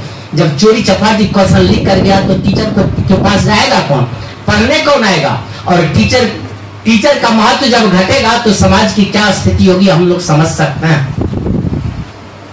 टीचर और स्टूडेंट जो क्लासरूम तक नहीं आ पाते, ये लीक होने के कारण से, क्वेश्चन आउट होने के कारण से, तो ये भी उसका असर पड़ता है। और सबसे जो ज्यादा असर पड़ता है वो असर पड़ता है कि आप आज यदि पुल गिर रहा है, आज यदि बेहतर जो है सो व्यवस्था नहीं है, तो ऐसे ही व्यवस्था के कारण से, ऐसे ही चोरी चपाटी और नकल के कारण से, क्वेश्चन लीक होने के कारण से, जो अभी प्रभात बाबू बता रहे थे कि जो कभी कुक का काम करता था आज वह सिरिंज देने का काम कर रहा है, तो कैसा सिरिंज देगा वो आप समझ सकते हैं। मैं उनकी बात से सहमत हूं कि इनका असर पड़ता है इस प्रकार से। मैं समाधान पर यदि बात करूं तो मेरा पर्सनल समाधान की तरफ मैं इशारा करता हूं कि मेरा मानना है कि सरकार या जो एजेंसी ये काम करती है वह लाखों में क्वेश्चन बैंक तैयार करे। हम लोग भी अपने बच्चों को जब क्लास में इसी हॉल में जब पढ़ाने आते हैं तो कह देते हैं कि क्वेश्चन को बढ़िया से पढ़ लो। ऐसे ऐसे 25-30 क्वेश्चन हम लोग पढ़ाते हैं, 5 यूनिट होता है, 5 क्रेडिट होता है। सभी चैप्टर से हम लोग क्वेश्चन बच्चे को बता देते हैं कि ये क्वेश्चन पढ़ लो, और 50 क्वेश्चन यदि दे दिया तो उसमें 5 क्वेश्चन का आंसर करना है। वो कोई बुराई नहीं है, ये गलत भी नहीं है। बच्चे यदि 25 क्वेश्चन पढ़ ले तो 5 चैप्टर को वह जैसे इन आउट, उसका ऊपर से नीचे तक उसके ऑब्जेक्टिव, सब्जेक्टिव और शॉर्ट टाइप और लॉन्ग टाइप का क्वेश्चन यदि तैयार कर लेते हैं, जिसका मतलब है कि बच्चे में जो है सो बेहतर ज्ञान डेवलप करता है। तो आप लाखों में क्वेश्चन बैंक तैयार करें, और डिजिटल क्वेश्चन बैंक तैयार होना चाहिए। और यदि आप ऐसे क्वेश्चन तैयार करते हैं तो बच्चे को, यदि आप कहीं से, आप कोई कोचिंग संस्था यदि कोई पढ़ाता भी है, आपका प्रीवियस जो 10 इयर्स या 20 इयर्स का क्वेश्चन है, तो कोई अपराध में नहीं मानता हूं, लेकिन आप ऐसे क्वेश्चन की तैयारी आप बच्चों में करें। लाखों का जो है सो क्वेश्चन बैंक होना चाहिए जो डिजिटल फॉर्म में हो, और परीक्षाएं डिजिटल ही होना चाहिए, इसलिए कि हम लोग का मोरल जो है वह अब ये इस कदर नहीं बचा है कि गीता का कसम खा के झूठ बोलने के सिवा और कुछ नहीं करते हैं। जहां ये बात होती है वहां आप उम्मीद करिएगा कि ईमानदार व्यक्ति आएंगे और मोरलिस्ट होंगे, तो मोरलिस्ट पर हम भरोसा नहीं कर सकते हैं। आप डिजिटल बैंक बनाए, क्वेश्चन बैंक बनाए, और आप रेंडमली जो है सो, जैसे कि इस बार के हाल ही में जो है सो के पाठक जी द्वारा, और अभी भी जो वर्तमान में SCS है वो भी वही काम करने जा रहे हैं कि रेंडमली जो है सो ट्रांसफर होता है, कोई बेईमानी नहीं, कोई शैतानी नहीं, कोई पैरवी पत्ता नहीं। इसी टाइप से आप जितने भी क्वेश्चन, 120 क्वेश्चन यदि आपको देना ऑब्जेक्टिव, तो आप रेंडमली जो है सो उनके क्वेश्चन, बच्चे का जो है एक लिंक डेवलप करें और उन लिंक पर आप भेजें। और बच्चे जब एडमिशन के एंट्रेंस के पीरियड में यदि जाते हैं तो आप एंट्री लेने के बाद बच्चों को एक पासवर्ड दें, और वह पासवर्ड जब उसके पास कंप्यूटर पर जाएगा तो उस समय वह पासवर्ड डाले, तभी वह आपका जो है कंप्यूटर खुलेगा। और वह ऐसी व्यवस्था हो, वह पासवर्ड जो है सो मुश्किल से 5 मिनट तक काम करे, 5 मिनट के बाद वो काम नहीं करे। और एक तीसरा पासवर्ड उसके पास होना चाहिए कि जो हैकिंग से बचाता है, वो हैकिंग करने की बात जो है सो नहीं होगी। और वो क्वेश्चन देने से मुझे लगता है वह जहां भी जाएगा वहां वो निश्चित रूप से वह बेहतर जो है सो, आप हैकिंग नहीं करवाने में आप बच सकते हैं। और आप बेहतर जो है सो बच्चों को, आप जो बच्चे एक की जगह पर दूसरे का बच्चे, तीसरा बच्चा जो बैठता है उससे आप बच सकते हैं। और जो महत्वपूर्ण कार्य है वह इंक्रिप्शन होना चाहिए। हम लोग का जो इंक्रिप्टेड फाइल होता है वह आप दूसरे को, आप किसी को शेयर आप नहीं कर सकते हैं। तो इस प्रकार से आप इंक्रिप्टेड फाइल होगा और डिजिटल क्वेश्चन बैंक होगा और उसके रैंडमली सिलेक्शन होगा क्वेश्चन का, जिसकी जानकारी जो है सो वहां भी नहीं है, जो क्वेश्चन सेट करते हैं कि इस बच्चे को कौन सा क्वेश्चन जाएगा। तो इस प्रकार से आप लाखों का क्वेश्चन बैंक बनाए, आप जो है सो बेहतर रैंडमली क्वेश्चन जो है सो बच्चे को भेजे। और तीसरी बात, इंक्रिप्टेड फाइल में होना चाहिए, पासवर्ड होना चाहिए एंट्री पॉइंट पर। और उसके बाद यदि बच्चे का, तो उसके बाद जो लास्ट में वो उसको कंप्यूटर का जो है सो एक अपना पासवर्ड देकर उसको ब्लॉक करें, लॉक करें और उसके बाद बच्चे को वहां से निकलने दें। यदि ये काम किया जाता है तो निश्चित रूप से लीक करने का प्रॉब्लम समाप्त हो जाएगा। जो लीक होता है वह लीक की कहानी समाप्त हो जाएगी। पैसे कमाने की जो बात है वो भी समाप्त होगा और गरीब बच्चे जो मेधावी हैं उनके साथ न्याय होगा। और इस प्रकार से यदि न्याय होगा तो निश्चित रूप से एक बेहतर डॉक्टर, बेहतर इंजीनियर, बेहतर प्रोफेसर बनेंगे, बेहतर टीचर बनेंगे और बेहतर समाज का निर्माण किया जा सकता है। इतनी बातों का करके बहुत बहुत धन्यवाद, आपने समय दिया। जय हिंद, जय भारत, जय B N Mandal university. Thank you sir. Hindustan परिवार आपका आभारी रहेगा कि सिर्फ नीट और नेट पर चर्चा नहीं होनी चाहिए, चर्चा ओवरऑल एग्जामिनेशन पर होनी चाहिए। एक संचालक के लिए सबसे बड़ी कठिन घड़ी वो तब होती है जब उसे समय के साथ साथ प्रोटोकॉल का ध्यान रखना पड़ता है। हमारे बीच हमारे माननीय कुल सचिव महोदय भी हैं, लेकिन प्रोटोकॉल के हिसाब से मैं उनसे विनती करूंगा कि मुझे एक वक्ता क्वेश्चन और आपसे पहले समय देना ही होगा। तो मैं आपसे क्षमा याचना के साथ मैं निवेदित करूंगा साइकोलॉजी डिपार्टमेंट के head professor doctor MI. Rahman साहब से, कृपया समय की बाध्यता को देखते हुए सर अपने विचार। बहुत बहुत शुक्रिया सर। मंच पे आसीन हमारे सचिव महोदय प्रोफेसर विपिन कुमार जी साहब, प्रभारी कुलपति प्रोफेसर अशोक कुमार साहब, IPSC के डायरेक्टर नरेश कुमार जी, CP सिंह साहब, हिस्ट्री के हेड ऑफ डिपार्टमेंट शेफानी जी, और मंच से इधर हमारे सभी respected teachers, grades, principles, students. आज का जो संवाद है वो परीक्षाओं में पारदर्शिता की बातें करने के लिए अपेक्षित है। ये एक वेलकम मूव है और इसके लिए मैं हिंदुस्तान न्यूज़पेपर को तहे दिल से शुक्रिया अदा करता हूँ और उनको वेलकम भी करता हूँ कि उनके अंदर में एक इनोवेटिव सोच उत्पन्न हुई है। और यकीनी तौर पर आज जो भी बातें हुई हैं और यह जो बातें होंगी उसका एक लाभ हमारे पब्लिक को, हमारे आवाम को, हमारी यूथ को अवश्य मिलेगा। समय कम है और समय को ध्यान में रखते हुए केवल 2 मिनट हम आपके सामने सिर्फ समाधान रखने की कोशिश करेंगे। पेपर लीक की बातें होती रही हैं। पेपर लीक आज नीट हुआ, कभी IAS के भी पेपर लीक हुए थे, बिहार में BPSC के भी पेपर लीक हुए थे, इवन ये कि जो BEd वाले के टेस्ट होते हैं उसके भी पेपर लीक हुआ करते हैं। और ये करप्शन की बातें, उसको रोकने की बातें जो वक्ताओं ने की हैं या करते आ रहे हैं, तो करप्शन वर्ल्ड फेनोमेना है। करप्शन को आप नहीं रोक सकते क्योंकि करप्शन हमारे अंदर है। जब तक कि हमारे अंदर में मॉडलिटी उत्पन्न नहीं होगी, नैतिकता नहीं आएगी, हम कुछ भी नहीं कर सकते। और ये कहावत भी है कि अगर हम एक अपने आप को ठीक कर लें तो हम एक दूसरे व्यक्ति को भी ठीक करने में मदद करेंगे, और जब 2 को ठीक करेंगे तो वो 3 को करेगा। इस तरह से एक समाज में परिवर्तन आएगा और समाज में परिवर्तन आ करके देश में परिवर्तन आएगा। तो हमें मॉरल पे एम्फेसिस करनी जरूरी है। आज जो भी पेपर लीक का मसला है, इसमें कोई शक नहीं है कि कॉर्पोरेट का इसमें बहुत बड़ा योगदान है। कॉर्पोरेट कल्चर ने हर चीज़ पे ठीकदारी ले रखी है और जितने भी हमारे इलीट क्लास के बच्चे हैं या इलीट क्लास के गार्जियंस हैं, उनसे उनका सौदा तय होता है। क्योंकि उनके बच्चे, आप मतलब बहुत इसमें ये होगी, आप तकलीफ होगी सुनने में कि जितने भी इलीट क्लास के बच्चे हैं, मैंने ऑब्जर्व किया है और देख भी रहा हूँ कि उनका ध्यान पढ़ाई पे कम और अय्याशी पे ज़्यादा होता है। उनके भविष्य खतरे में होते हैं, तो लामहला उनके गार्जियंस उनके भविष्य को खरीदते हैं। उसमें लाखों की और करोड़ों की कारोबार होती है।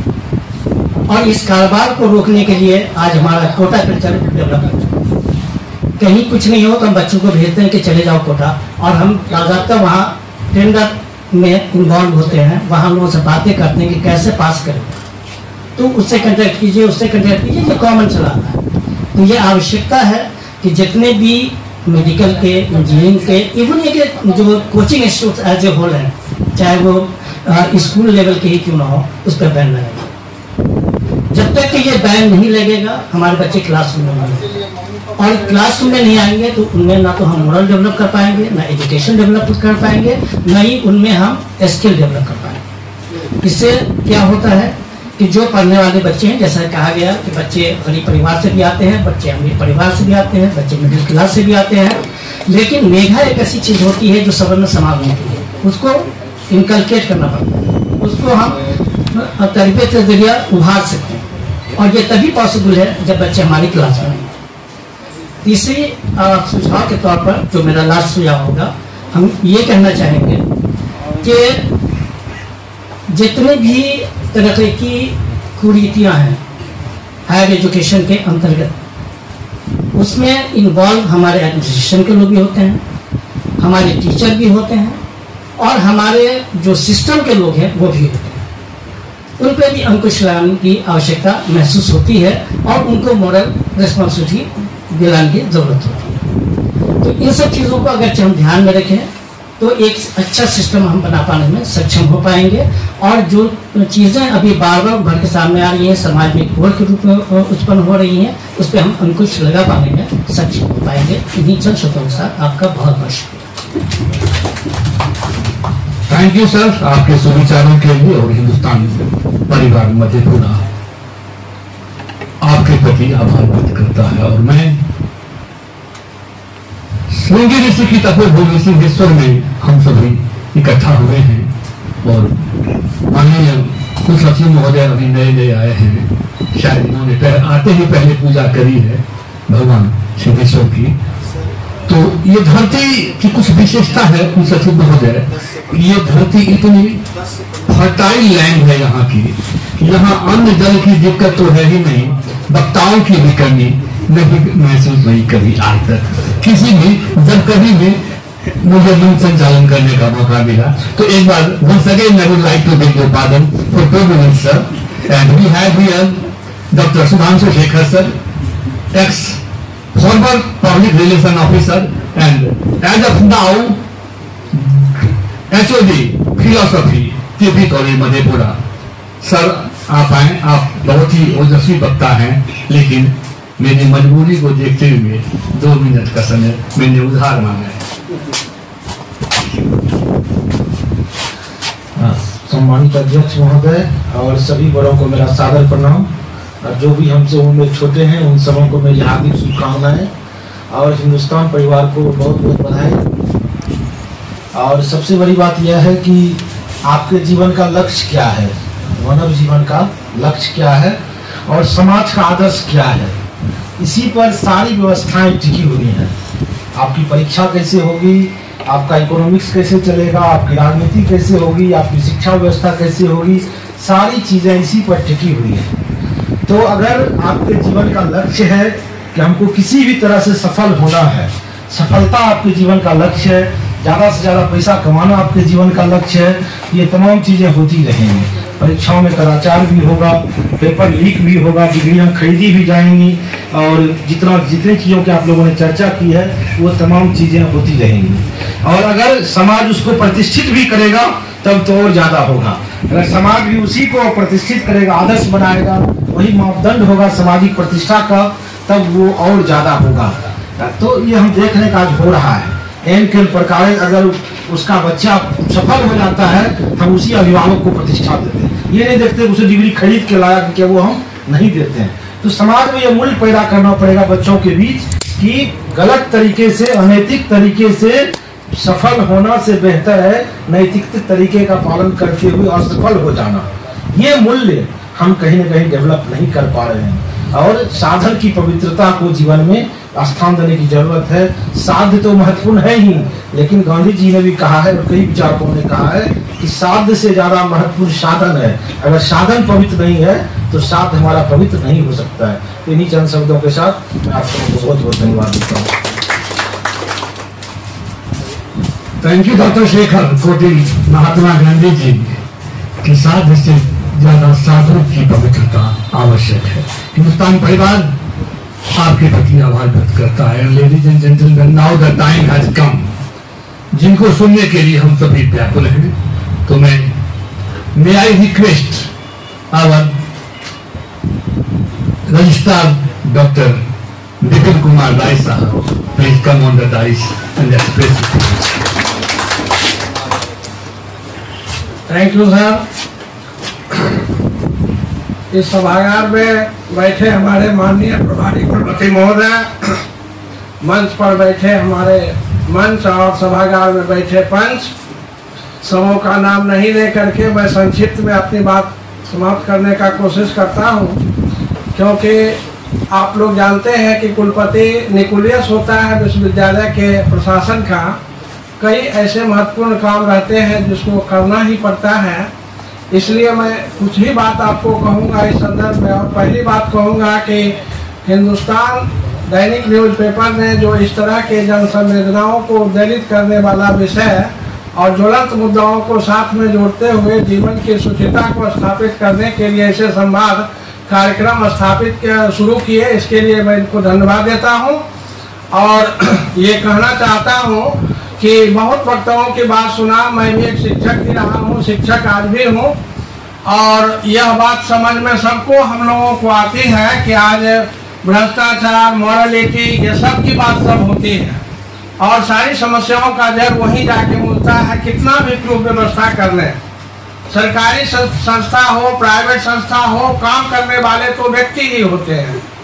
तो व्यक्ति का अगर मानवीय मूल्य, शैक्षणिक मूल्य और नैतिक मूल्य का अधोपतन हो चुका है, जैसा कि कई वक्ताओं ने कहा कि हमारा बेटा विवेकानंद भगत सिंह नहीं बनेगा, डॉक्टर इंजीनियर बनेगा, दूसरे का बेटा विवेकानंद बने, यह सब की आकांक्षा रहता है। तो ऐसी स्थिति में नैतिक मूल्यों का झरण और सांस्कृतिक मूल्यों का झरण तो पूरे दुनिया में है। इस भौतिकवादी एज में, खासकर ग्लोबलाइजेशन के बाद तो यह तेजी से बढ़ी है।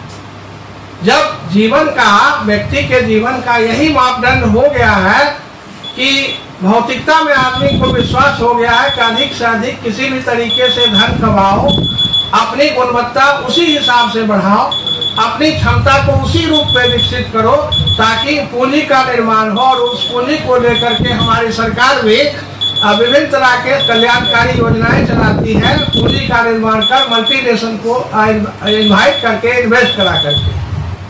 आज बाजारवाद और उपभोक्तावाद की बात पड़ती है, यह सब इन्हीं चीजों पर निर्भर है। तो बहुत से डीप चीजों में नहीं जाकर के मैं इतना आज जो विषय, प्रासंगिक विषय है, उन बिंदुओं पर कुछ बातें कहना चाहूंगा कि हम लोगों के जीवन में तो प्रतिदिन परीक्षाएं होती हैं। एक मानव के रूप में हम किसी के पिता भी है, किसी के भाई भी है, किसी के दोस्त भी है, हमारे सहकर्मी भी है, किसी का शिक्षक भी है।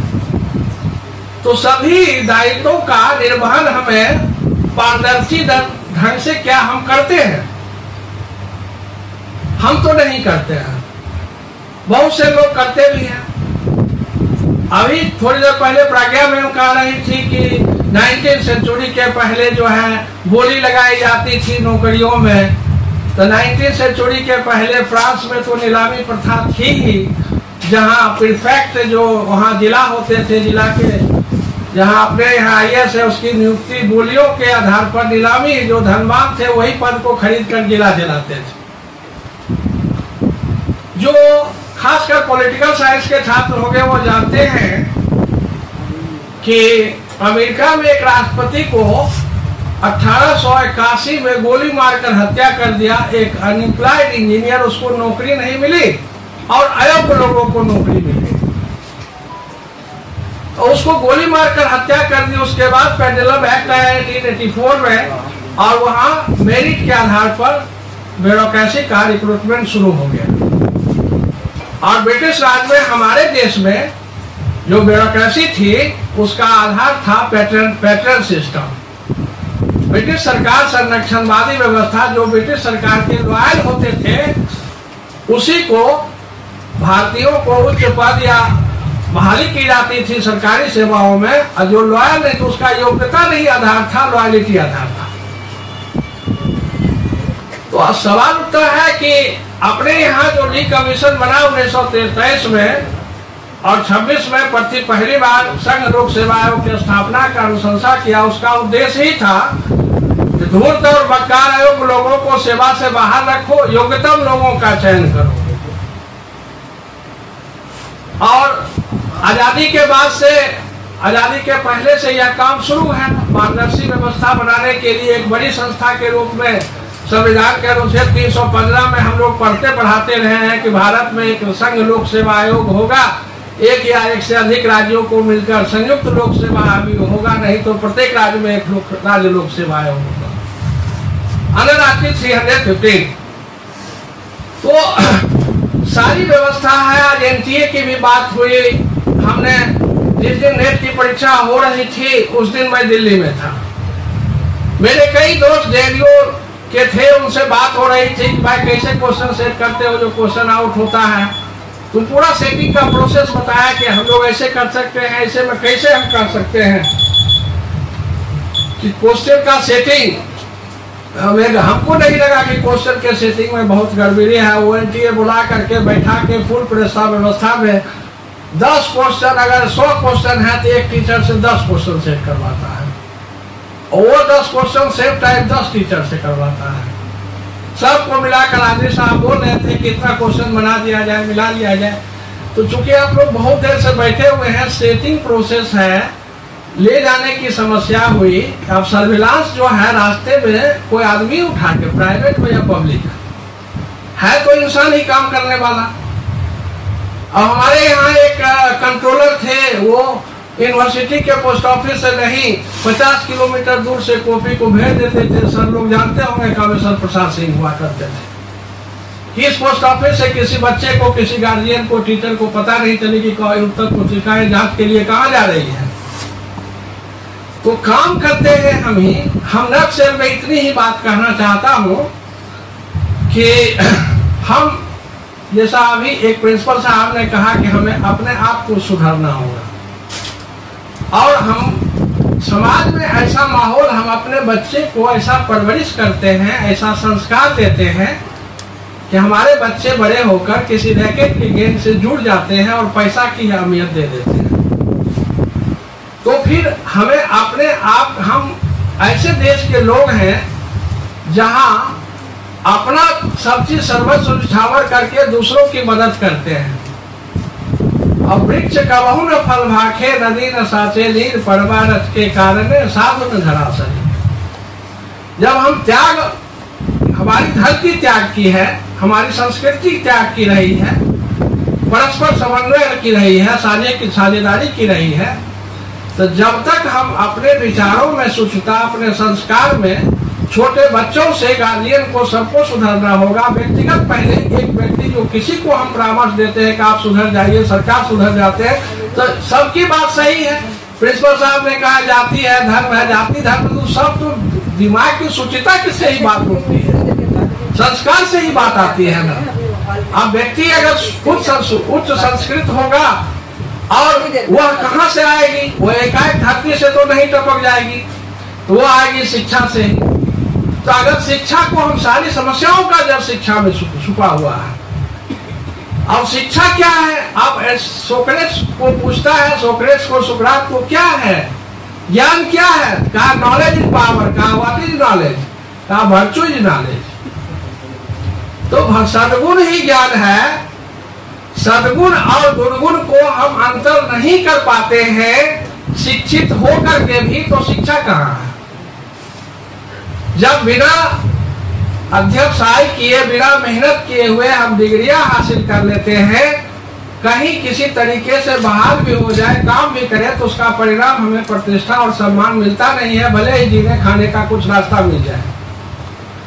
इसलिए हम सबों को बदलना होगा। पहले हमें अपने व्यक्तिगत रूप से बदलाव करना होगा। सरकार की बात है, जहाँ तक सरकार को कमाल जनता करती है, या जनता का शासन है, 5 साल में बदल भी देते हैं, बीच में भी आंदोलन करके उसको हटा सकते हैं, परेशानी में डाल सकते हैं। तो ऐसी स्थिति में हम अपने आप में सुधार लाना चाहेंगे और सब लोगों को यही आग्रह करेंगे कि हम सभी अपने अपने स्तर से हिंदुस्तान परीक्षाओं को पारदर्शी बनाए के काम में हस्तक्षेप न करें। और यही न्याय है, यही धर्म हमारे विभाग के प्रोफेसर डॉक्टर नरेश कुमार का पालन इन्हीं चंद शब्दों के साथ इतिहास विभाग के विभागाध्यक्ष आप लोगों ने अवसर दिया। डॉक्टर चंद्र प्रकाश सिंह बराबर मुलाकात होते रहेगी। Thank you. विज्ञान विभाग के विभागाध्यक्ष प्रोफेसर डॉक्टर रामान साहब, BNMV कॉलेज से डॉक्टर शेफालिका बेगम मिल सकता है, लेकिन प्रतिष्ठा नहीं। सभागार में उपस्थित हर किसी को KP कॉलेज के प्रधानाचार्य नैतिकता निभानी है, डॉक्टर जवाहर बाबू चाहिए आपकी सुविचारों के लिए। इकोनॉमिक्स की प्राध्यापिका ये कह डॉक्टर प्रज्ञा मैडम, हिंदुस्तान परिवार के प्रति आभार व्यक्त करता है। उपस्थित सुधांशु शेखर जी, रसायन शास्त्र विभाग हमारे फजल साहब बॉटनी के प्राध्यापक हैं, पूना मंडल विश्वविद्यालय, कुछ छात्र भी उपस्थित हैं हमारे बीच। मैं उनसे आग्रह करूंगा कि आज के हिंदुस्तान में टॉपिक परीक्षाओं को पारदर्शी बनाए। और ये हिंदुस्तान दैनिक के जितने भी पदाधिकारी या जो भी यहाँ उपस्थित हैं, मैं सबों को नाम से नहीं जानता हूँ सिवाय परमार साहब के, और शायद लगता है मैं सरोज बाबू को कभी देखा था। तो आप लोग जितने भी हिंदुस्तान दैनिक के यहाँ इस सभा में उपस्थित है, जिनके द्वारा इस सभा का आयोजन किया गया है, मैं जितने लोगों का नाम लिया उन सबों के साथ आप लोगों का इस सभा में हार्दिक स्वागत और अभिनंदन करता हूँ। हमारे बीच कुछ छात्र भी उपस्थित हैं और कुछ छात्र नेता भी उपस्थित हैं।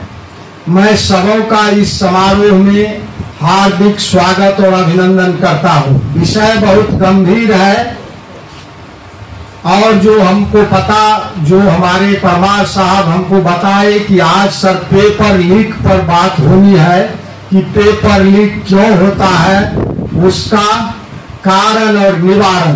तो मेरे मन में तो यही बात थी, लेकिन मैं वो खोज रहा था बाहर में कि ये विषय किधर है, पेपर लीक का कारण और निवारण। और मैं सोच रहा था कि इसका कोई कारण और निवारण भी हो सकता है क्या, लेकिन हमको कहीं भी ये दिखाई नहीं दे रहा था। बार बार हमारी नजर जा रही थी। हमको लगता है अब ये हमारे मंच संचालक महोदय जो है वो हमको समय सीमा निर्धारित नहीं किए हैं, इनको अब समय की कोई पाबंदी नहीं है, और हमको लगता है जो जाने वाले हैं वो चले भी गए हैं, इसलिए उसकी भी कोई बाध्यता नहीं है। तो मेरे कहने का मतलब है कि ये मैं खोज रहा था कि ये विषय है किधर। तो मैं बार बार देखता था हिंदुस्तान परीक्षाओं को पारदर्शी बनाए संवाद। तो मैं तब तक इसको नहीं समझ सका जब तक नरेश बाबू मंच पर इसका उद्घाटन नहीं किए कि ये विषय कुछ है और हम लोग बात किसी दूसरे पर कर रहे हैं। जो भी है, परीक्षाओं को पारदर्शी बनाए, ये तो सबको स्पष्ट है कि परीक्षाओं को पारदर्शी क्या बनाए, कैसे बनाए। निश्चित रूप से परीक्षा जो हम लोग आयोजित करते हैं, उस परीक्षा में जो हमारा व्यवहार होता है, सेंटर सुपरिटेंडेंट से लेकर के इनविजिलेटर तक और इनविजिलेटर से लेकर के एक स्वीपर तक का जो एटीट्यूड एग्जामिनीज के प्रति होता है, उसमें इक्वलिटी का एटीट्यूड अगर हो तो निश्चित रूप से परीक्षा पारदर्शी होगा। उसको मैं बहुत ज्यादा डिफाइन करने की आवश्यकता नहीं समझता हूं। मैं सिर्फ इस बात पर आना चाहता हूं कि ये परीक्षाओं को पारदर्शी बनाए, इस विषय पर संगोष्ठी आयोजन करने की आवश्यकता क्यों हुई और कहां से हुई। तो मैं थोड़ा सा पीछे जाना चाहता हूं इतिहास में कि होता क्या आ रहा है, क्या ये जनरल प्रैक्टिस है जो आज हम इस मुकाम पर पहुंच गए हैं कि अब हमें इसमें परीक्षाओं को पारदर्शी बनाएं, वो हमारे हिंदुस्तान जैसे दैनिक को इस पर एक हिंदुस्तान जैसे प्रतिष्ठित दैनिक को एक संगोष्ठी आयोजन करने की आवश्यकता हो गई है। तो बात मैं 70 के दशक की करूं तो 70 के दशक में मैं उससे पीछे नहीं जाना चाहता हूं कि उस समय हमारा कॉन्शसनेस जो था वो उतना नहीं था, लेकिन मैं 70 के दशक से बातों को देख रहा हूं, अपने से देख रहा हूं और समझ रहा हूं कि 70 के दशक से क्या हो रहा है। तो 70 के दशक में होता क्या था कि जब विद्यालयों में परीक्षा का आयोजन होता था तो मैं आप लोगों की जानकारी में दूं कि मधेपुरा, सहरसा और सुपौल डिस्ट्रिक्ट में 3 नामचीन विद्यालय हुआ करते थे उस जमाने में। मधेपुरा का जो आज SMP हाई स्कूल है, उस समय में इसका मल्टीपर्पज बहुउद्देशीय विद्यालय नाम होता था, और दूसरा एक स्कूल था मुरलीगंज में, वो भी बहुउद्देशीय विद्यालय जिसका नाम आज के दिन में BL हाई स्कूल मुरलीगंज है, और एक सुपौल का विलियम स्कूल होता था जो हमको लगता है जो उस समय का जो सहरसा जिला था, उस समय ये सुपौल और मधेपुरा जिला नहीं था, उस समय के सहरसा जिला में ये 3 विद्यालय होते थे, बहुत ही नामचीन विद्यालय, और यहाँ की जो परीक्षा होती थी वो काफी कठिन परीक्षा होती थी, बहुत ही टाइट एग्जामिनेशन लिया जाता था, खास करके जो 11th की परीक्षा होती थी जिसमें हम लोग बोर्ड परीक्षा जिसको कहते थे। वैसे हम लोग जिस समय पढ़ते थे उस समय 7th में भी बोर्ड होता था, वो भी काफी टाइट लिया जाता था और किसी तरह का कोई प्रश्न चिन्ह कहीं नहीं लगता था। लेकिन बाद के दिनों में जब हम भी थोड़ा समझने लगे तो मुझे पता चला कि उन दिनों भी इन नामचीन विद्यालयों में भी कुछ विशिष्ट लोगों के लिए विशिष्ट व्यवस्थाएं की जाती थी। मुझे आज ये बोलने में कहीं भी संकोच नहीं है, और ये इतना सेक्रेसी से होता था कि ये आम जन को इसकी भनक तक नहीं लगती थी। इवन एक स्कूल में 2-2 हजार 3-3 हजार स्टूडेंट एग्जाम देते थे, और वो जिन चंद लोगों के लिए ये व्यवस्था होती थी उसी स्कूल में, उसके अलावा जितने भी मास लोग थे उनको किसी को कोई भनक नहीं लगती थी। उनको ये लगता, मैं किसी स्कूल का किसी विद्यालय का नाम नहीं ले रहा हूं, मैं ये उदाहरण सिर्फ दिया कि सहरसा जिला में ये 3 विद्यालय थे, बिहार के अन्य जिलों में भी इस तरह के विद्यालय थे, ये समान रूप से सब पर लागू होता है, लेकिन मैं किसी पर्टिकुलर विद्यालय का नाम नहीं ले रहा हूं। तो ये व्यवस्था जो होती थी वो बड़ा ही लीक प्रूफ व्यवस्था होती थी, जिस व्यवस्था की आज हम लोग बात कर रहे हैं कि बिल्कुल लीक प्रूफ हो, वही लीक प्रूफ व्यवस्था होती थी उस समय में कुछ लोगों के लिए। बाकी लोगों को तो इतना ये किया जाता था कि उनकी नानी याद आ जाती थी। खैर जो भी हो, तो इस तरह से वो व्यवस्था। उसके बाद क्या हुआ, जब थोड़े दिनों के बाद कुछ लोगों को भनक लगा कि इस तरह की भी बातें होती है, तो नेचुरल है कि जब आप कहीं पर कोई एक किसी वर्ग के लिए आप कोई विशेष व्यवस्था करेंगे और जो वंचित वर्ग है उसको यदि इस बात की भनक लगेगी तो वो अपनी साझेदारी उस व्यवस्था में सुनिश्चित करने के लिए प्रयासरत होगा। और इसी प्रयास के क्रम में जो थोड़ी बहुत ये लुका छिपी का खेल शुरू हुआ, परीक्षाओं में कदाचार का खेल जो शुरू हुआ, तो कुछ लोग जो है, जो छात्र उस समय में कमजोर हुआ करते थे, वो पहले जरा सा ये बड़ा महत्वपूर्ण हम कड़ी को जोड़ रहे हैं, वो कुछ लोग जो है सो छोटा छोटा एकदम छोटा महीन, इतना महीन पुर्जा बनाता था कि आज के डेट में हम लोग तो उसको चश्मा लगा के भी नहीं पढ़ सकते हैं। और वो महीन पुर्जा में एक पुर्जा में 4-4, 5-5 क्वेश्चन का किसी तरह से पॉइंट लिखता था और वो पॉइंट लिख के उसके बावजूद भी वो पढ़ता था। सिर्फ उसको पॉइंट याद रहे कि पॉइंट जैसे देख लेंगे तो फटाक से हम अपने से उस पॉइंट को डील कर देंगे, ऐसा वो करता था। कुछ उसमें भी बहुत कम लोग, एकदम नाम मात्र के लोग। तो ये जब व्यवस्था शुरू हुई धीरे धीरे, उसके बाद क्या हुआ कि छात्रों का हरास होने लगा। मैं एक बात आप लोगों को स्पष्ट कर दूं कि इस सारे गेम प्लान में छात्र कहीं भी अग्रणी नहीं है, वो कहीं भी पहली पायदान पर नहीं है, वो बिल्कुल लास्ट में है। उससे जबरदस्ती हम लोग करवाते हैं, वो उसकी भूमिका नहीं है, उसको आप ब्लेम नहीं कर सकते हैं। तो मेरे कहने का मतलब जो है वो धीरे धीरे जब ये इतना लिफ्ट मिलने लगा, जो थोड़ा थोड़ा करके, उसके बाद और फिर लोगों की इच्छा हुई कि नहीं भाई और कुछ हो, और कुछ हो, और कुछ हो। और जो देने वाले थे उसकी भी मजबूरी हो गई कि भाई हम जब किसी के लिए इस तरह की व्यवस्था करते हैं तो कहीं ना कहीं नहीं करोगे तो रिवॉल्ट हो जाएगा। तो कहीं ना कहीं उस सिस्टम को सेफगार्ड करने के लिए बाकी लोगों को भी कुछ थोड़ी बहुत राहत दो, ताकि वो रिवॉल्यूशन पर नहीं उतर जाए। इसको मैनेज करने के लिए वो उनको दिया गया। नतीजा हुआ कि वो धीरे धीरे क्या हुआ, तो जो वो छोटा पुर्जा बनाने का बात था वो बड़ा पुर्जा बनाने लगे। और बड़ा पुर्जा से बात आई जब हमारे और अब छात्र तो धीरे धीरे कमजोर होंगे, क्योंकि जब ये वो अनफेयर मीन्स का सहारा लेकर के वो पास आउट करेगा तो नेचुरली जो आने वाला पीढ़ी होगा वो कमजोर होगा। क्योंकि जैसे ही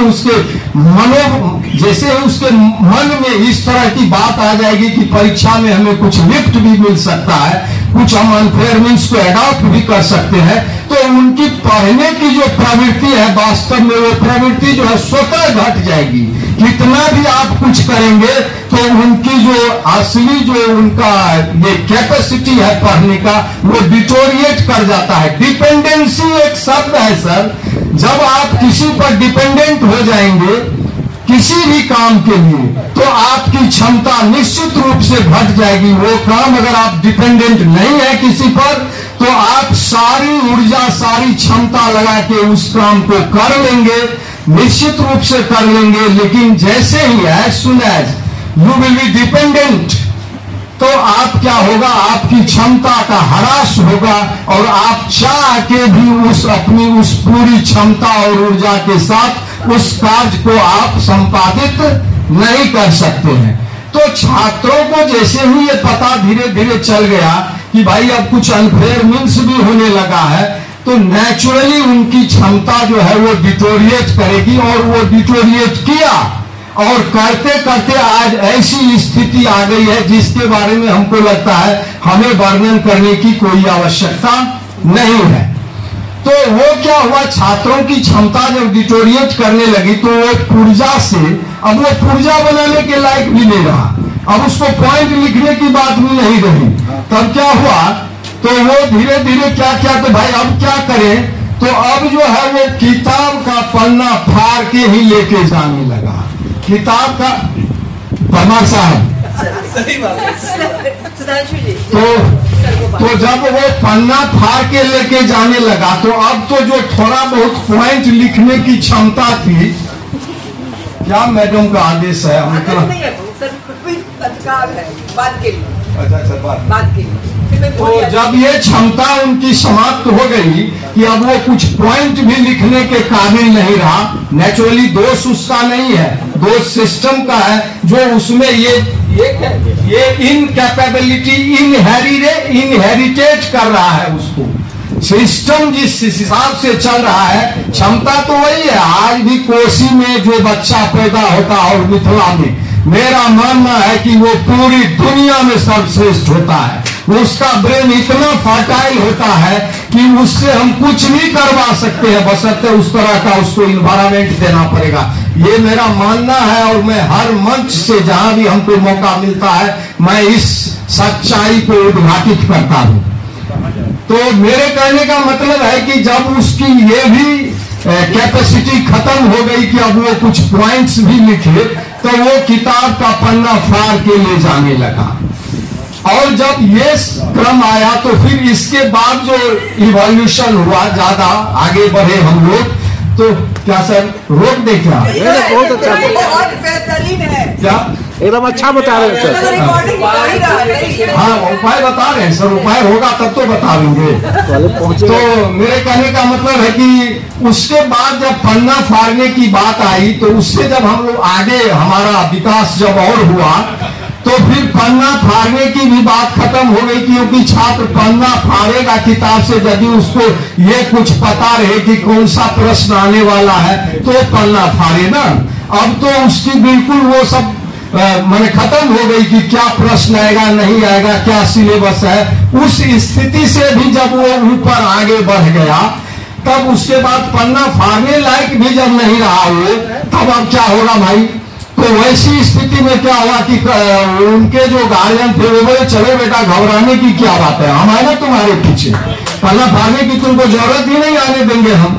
और वो जब अब सेंटर पर पहुंचने लगा तो क्या हुआ, अब इधर से गार्जियन लोग पन्ना फाड़ के भेजने लगे। और आप लोग देखे होइएगा बड़े बड़े शहरों, मुझे याद है बेगूसराय का, जहां पर कि ये फोटो वायरल हुआ था आज से 3-4 साल पहले कि एकदम चारों तरफ वो 3-4 मंजिला बिल्डिंग है, उस पर एकदम मतलब, और हम लोग कहा जाता है कि जो ये मानव जो है सो ये बंदर क्या उसके मतलब हम लोग डेवलप्ड फॉर्म है। तो उन कला हम देखे कि सही में हम लोग डेवलप्ड फॉर्म है कि बिना किसी स्टेयर के जो है वहां पर चढ़ के ऐसे लटके हुए हैं कि साला अंगूर भी शर्मा जाए उसमें। तो इस तरह की बात हो गई। जब वहां तक आ गया तो अब पन्ना फाड़ने के, अब गार्जियन पन्ना फाड़ने लगे।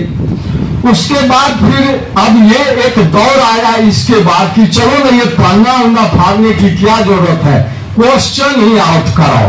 तो एक दौर आया कि कुछ फाड़ने की जरूरत नहीं है। ये मैं कुछ भी सर किसी की सुनी हुई बात नहीं कर रहा हूं, मैं ये बिल्कुल अनुभव की बात कर रहा हूं। मैं 42 वर्ष से सेवा में हूं और 74 में मैं मैट्रिक पास किया हूं BL हाई स्कूल मुरलीगंज से। उसके बाद इंटर, उसके बाद पटना साइंस कॉलेज से मैं अंडर ग्रेजुएट किया, ये BSc केमिस्ट्री ऑनर्स किया हूं, वहीं से मैं MSc किया हूं, वहीं से PhD किया हूं। और रिजल्ट निकलने के दूसरे दिन, आज मेरा रिजल्ट निकला और दूसरे दिन से मैं BN मंडल विश्वविद्यालय में प्राध्यापक हूं। आज मेरा 42 साल का नौकरी पूरा होने जा रहा है। मैं 65 वर्ष की आयु में हूं। दिसंबर के 31 दिसंबर को मैं सेवानिवृत्त होने जा रहा हूं। और इस दरमियान में विश्वविद्यालय के अनेकों ये प्रशासनिक पदों पर रह करके बहुत नजदीक से सारी चीजों को देखा हूं। उन सारी बातों को अगर इसमें उद्घाटित करने लगूंगा, कहीं ना कहीं कोरिलेट करने लगूंगा तो बहुत समय लग जाएगा। आप लोगों के पास उतना समय नहीं है, मैं जानता हूं, लेकिन थोड़ा सा सर हमको समय दे दीजिए ताकि हम अपने बात को कंक्लूड कर सकें।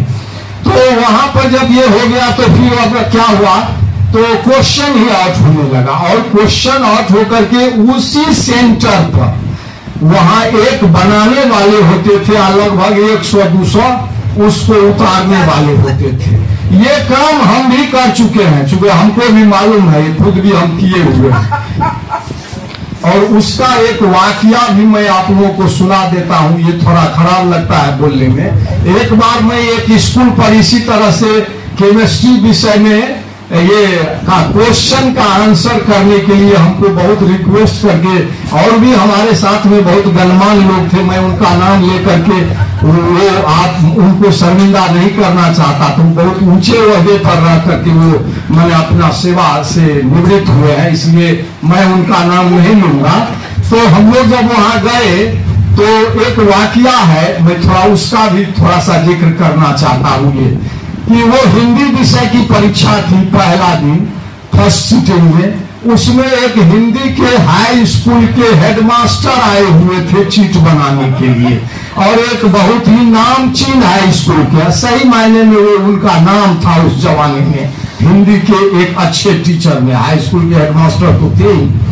तो वो जब आए तो आराम से प्रश्न पत्र आया स्कूल के आगे में, हम लोगों को तो कोई पहचानता भी नहीं था। हम लोग चुपचाप बगल में किसी तरह से खड़ा होकर के, जगह तो मिलती नहीं थी बैठने के लिए, बीमार होती थी, तो हम लोग किसी तरह बगल में खड़ा होकर के उसको देख रहे थे। हमारे साथ में हमारा एक स्टूडेंट था जो अभी वो संयोग से इंस्पेक्टर था खगड़िया में, हो सकता है डीएसपी हो गया हो, अभी बहुत दिनों से हमारी उनसे बात नहीं भी है। तो वो हमारे साथ में राइटर था, हम खड़ा होकर के देखते थे, वो अपना लिखता था।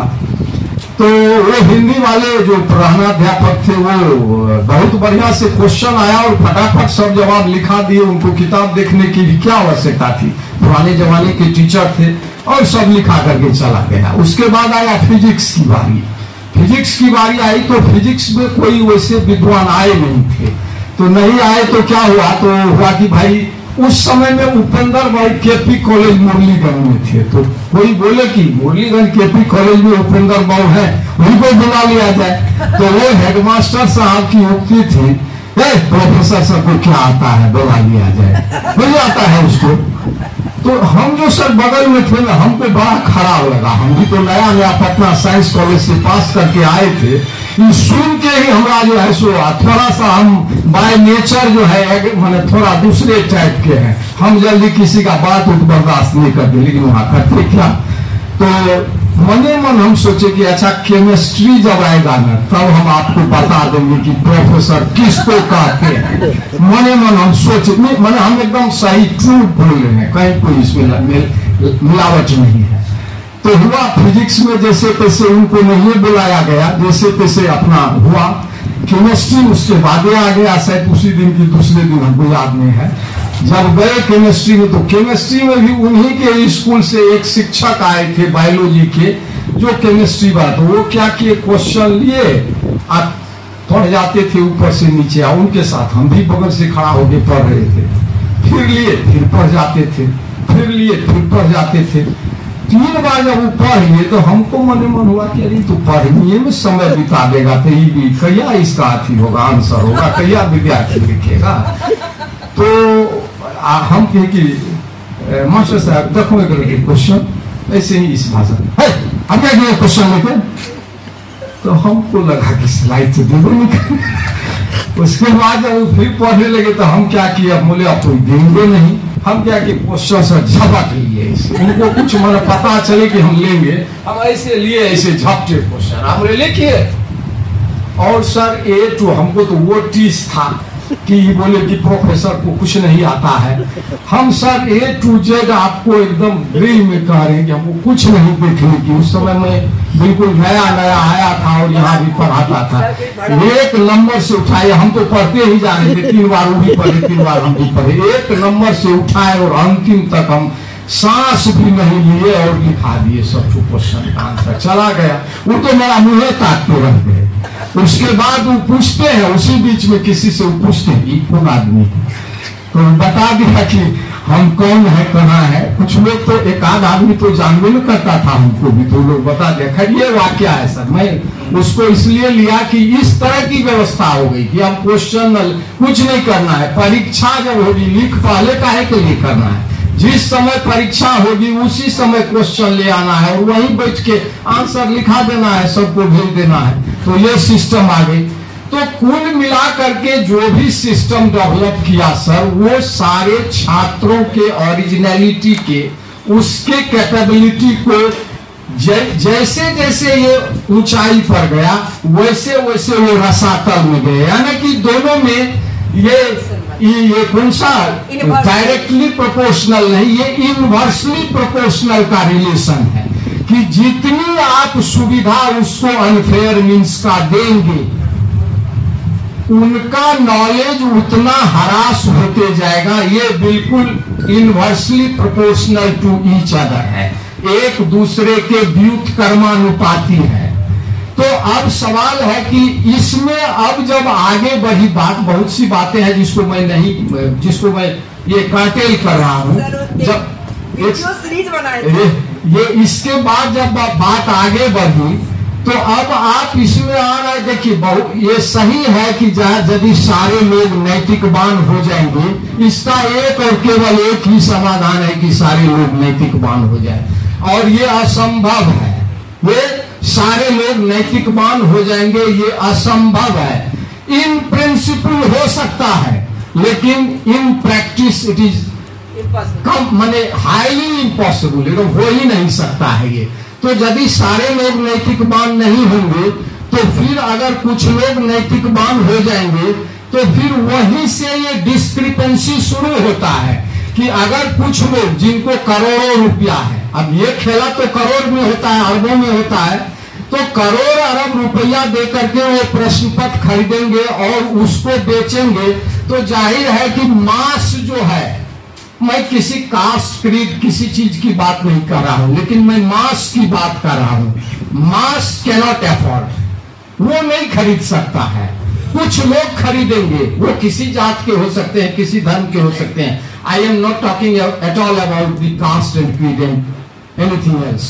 तो वो नहीं कर सकते, लेकिन कुछ लोग सेलेक्टेड लोग करेंगे ये काम, और जब सेलेक्टेड लोग करेंगे तो मास लोग इफेक्ट होंगे उससे, और इस तरह से ये संभव नहीं है। नैतिकवान आप सबको बना नहीं सकते हैं, चरित्रवान आप सबको बना नहीं सकते हैं, और उस हिसाब से इसको आप चाहिएगा कि इसको हम रोक दें, इस पर हम कोई विराम लगा दें, ये संभव नहीं है। तो फिर संभव क्या है? तो संभव जो हमको लगता है, नरेश बाबू जो एक बात बोले, मैं इस पर कुछ भी प्रिपरेशन करके नहीं आया हूं, इसलिए बहुत बात इस पर नहीं बता सकता हूं, लेकिन हमको लगता है कहीं ना कहीं नरेश बाबू जो एक बात बोले उसमें कंप्लीटली उनका क्या हाइपोथेसिस है वो हम नहीं कह सकते हैं, लेकिन कहीं ना कहीं एग्जामिनेशन सिस्टम को अगर कुछ इस तरह से चेंज किया जाए कि वो चेंज हो करके, मैंने कहीं से भी कुछ भी आप कर लीजिए, लेकिन आपको परीक्षार्थी को ही आंसर करना पड़ेगा, मतलब उसमें कुछ भी आप करके किसी दूसरे से मदद नहीं ले सकते हैं। आज के डेट में ये हमको लगता है इस AI और डिजिटलाइजेशन के युग में ये संभव शायद हो सकता है। मैं इस पर 100% एक्सरसाइज करके आपको नहीं आया हूं, इसलिए मैं नहीं कह सकता हूं, लेकिन मुझे मेरा जहां तक ये मेरी दृष्टि जहां तक जा रही है उसमें हमको लगता है कि this may be one and only one way to control this type of unfair means in the examination, और वो ये हो सकता है कि by changing the way to conduct the examination, उसमें कुछ संभावना हमको नजर आ रही है। रही बात, दूसरा एक पॉइंट उभर करके आया है कि आप प्राइवेट को दे दीजिए। No, of the best construction company है जिसको ये मेडिकल कॉलेज बनाने का गौरव भी प्राप्त है, और इस तरह के अनेकों। लार्सन एंड टुब्रो एक प्राइवेट कंस्ट्रक्शन कंपनी है, वो आज जहां जहां भी बनाती है, कंस्ट्रक्शन करती है, उसका मिसाल है पूरी दुनिया में मिसाल है।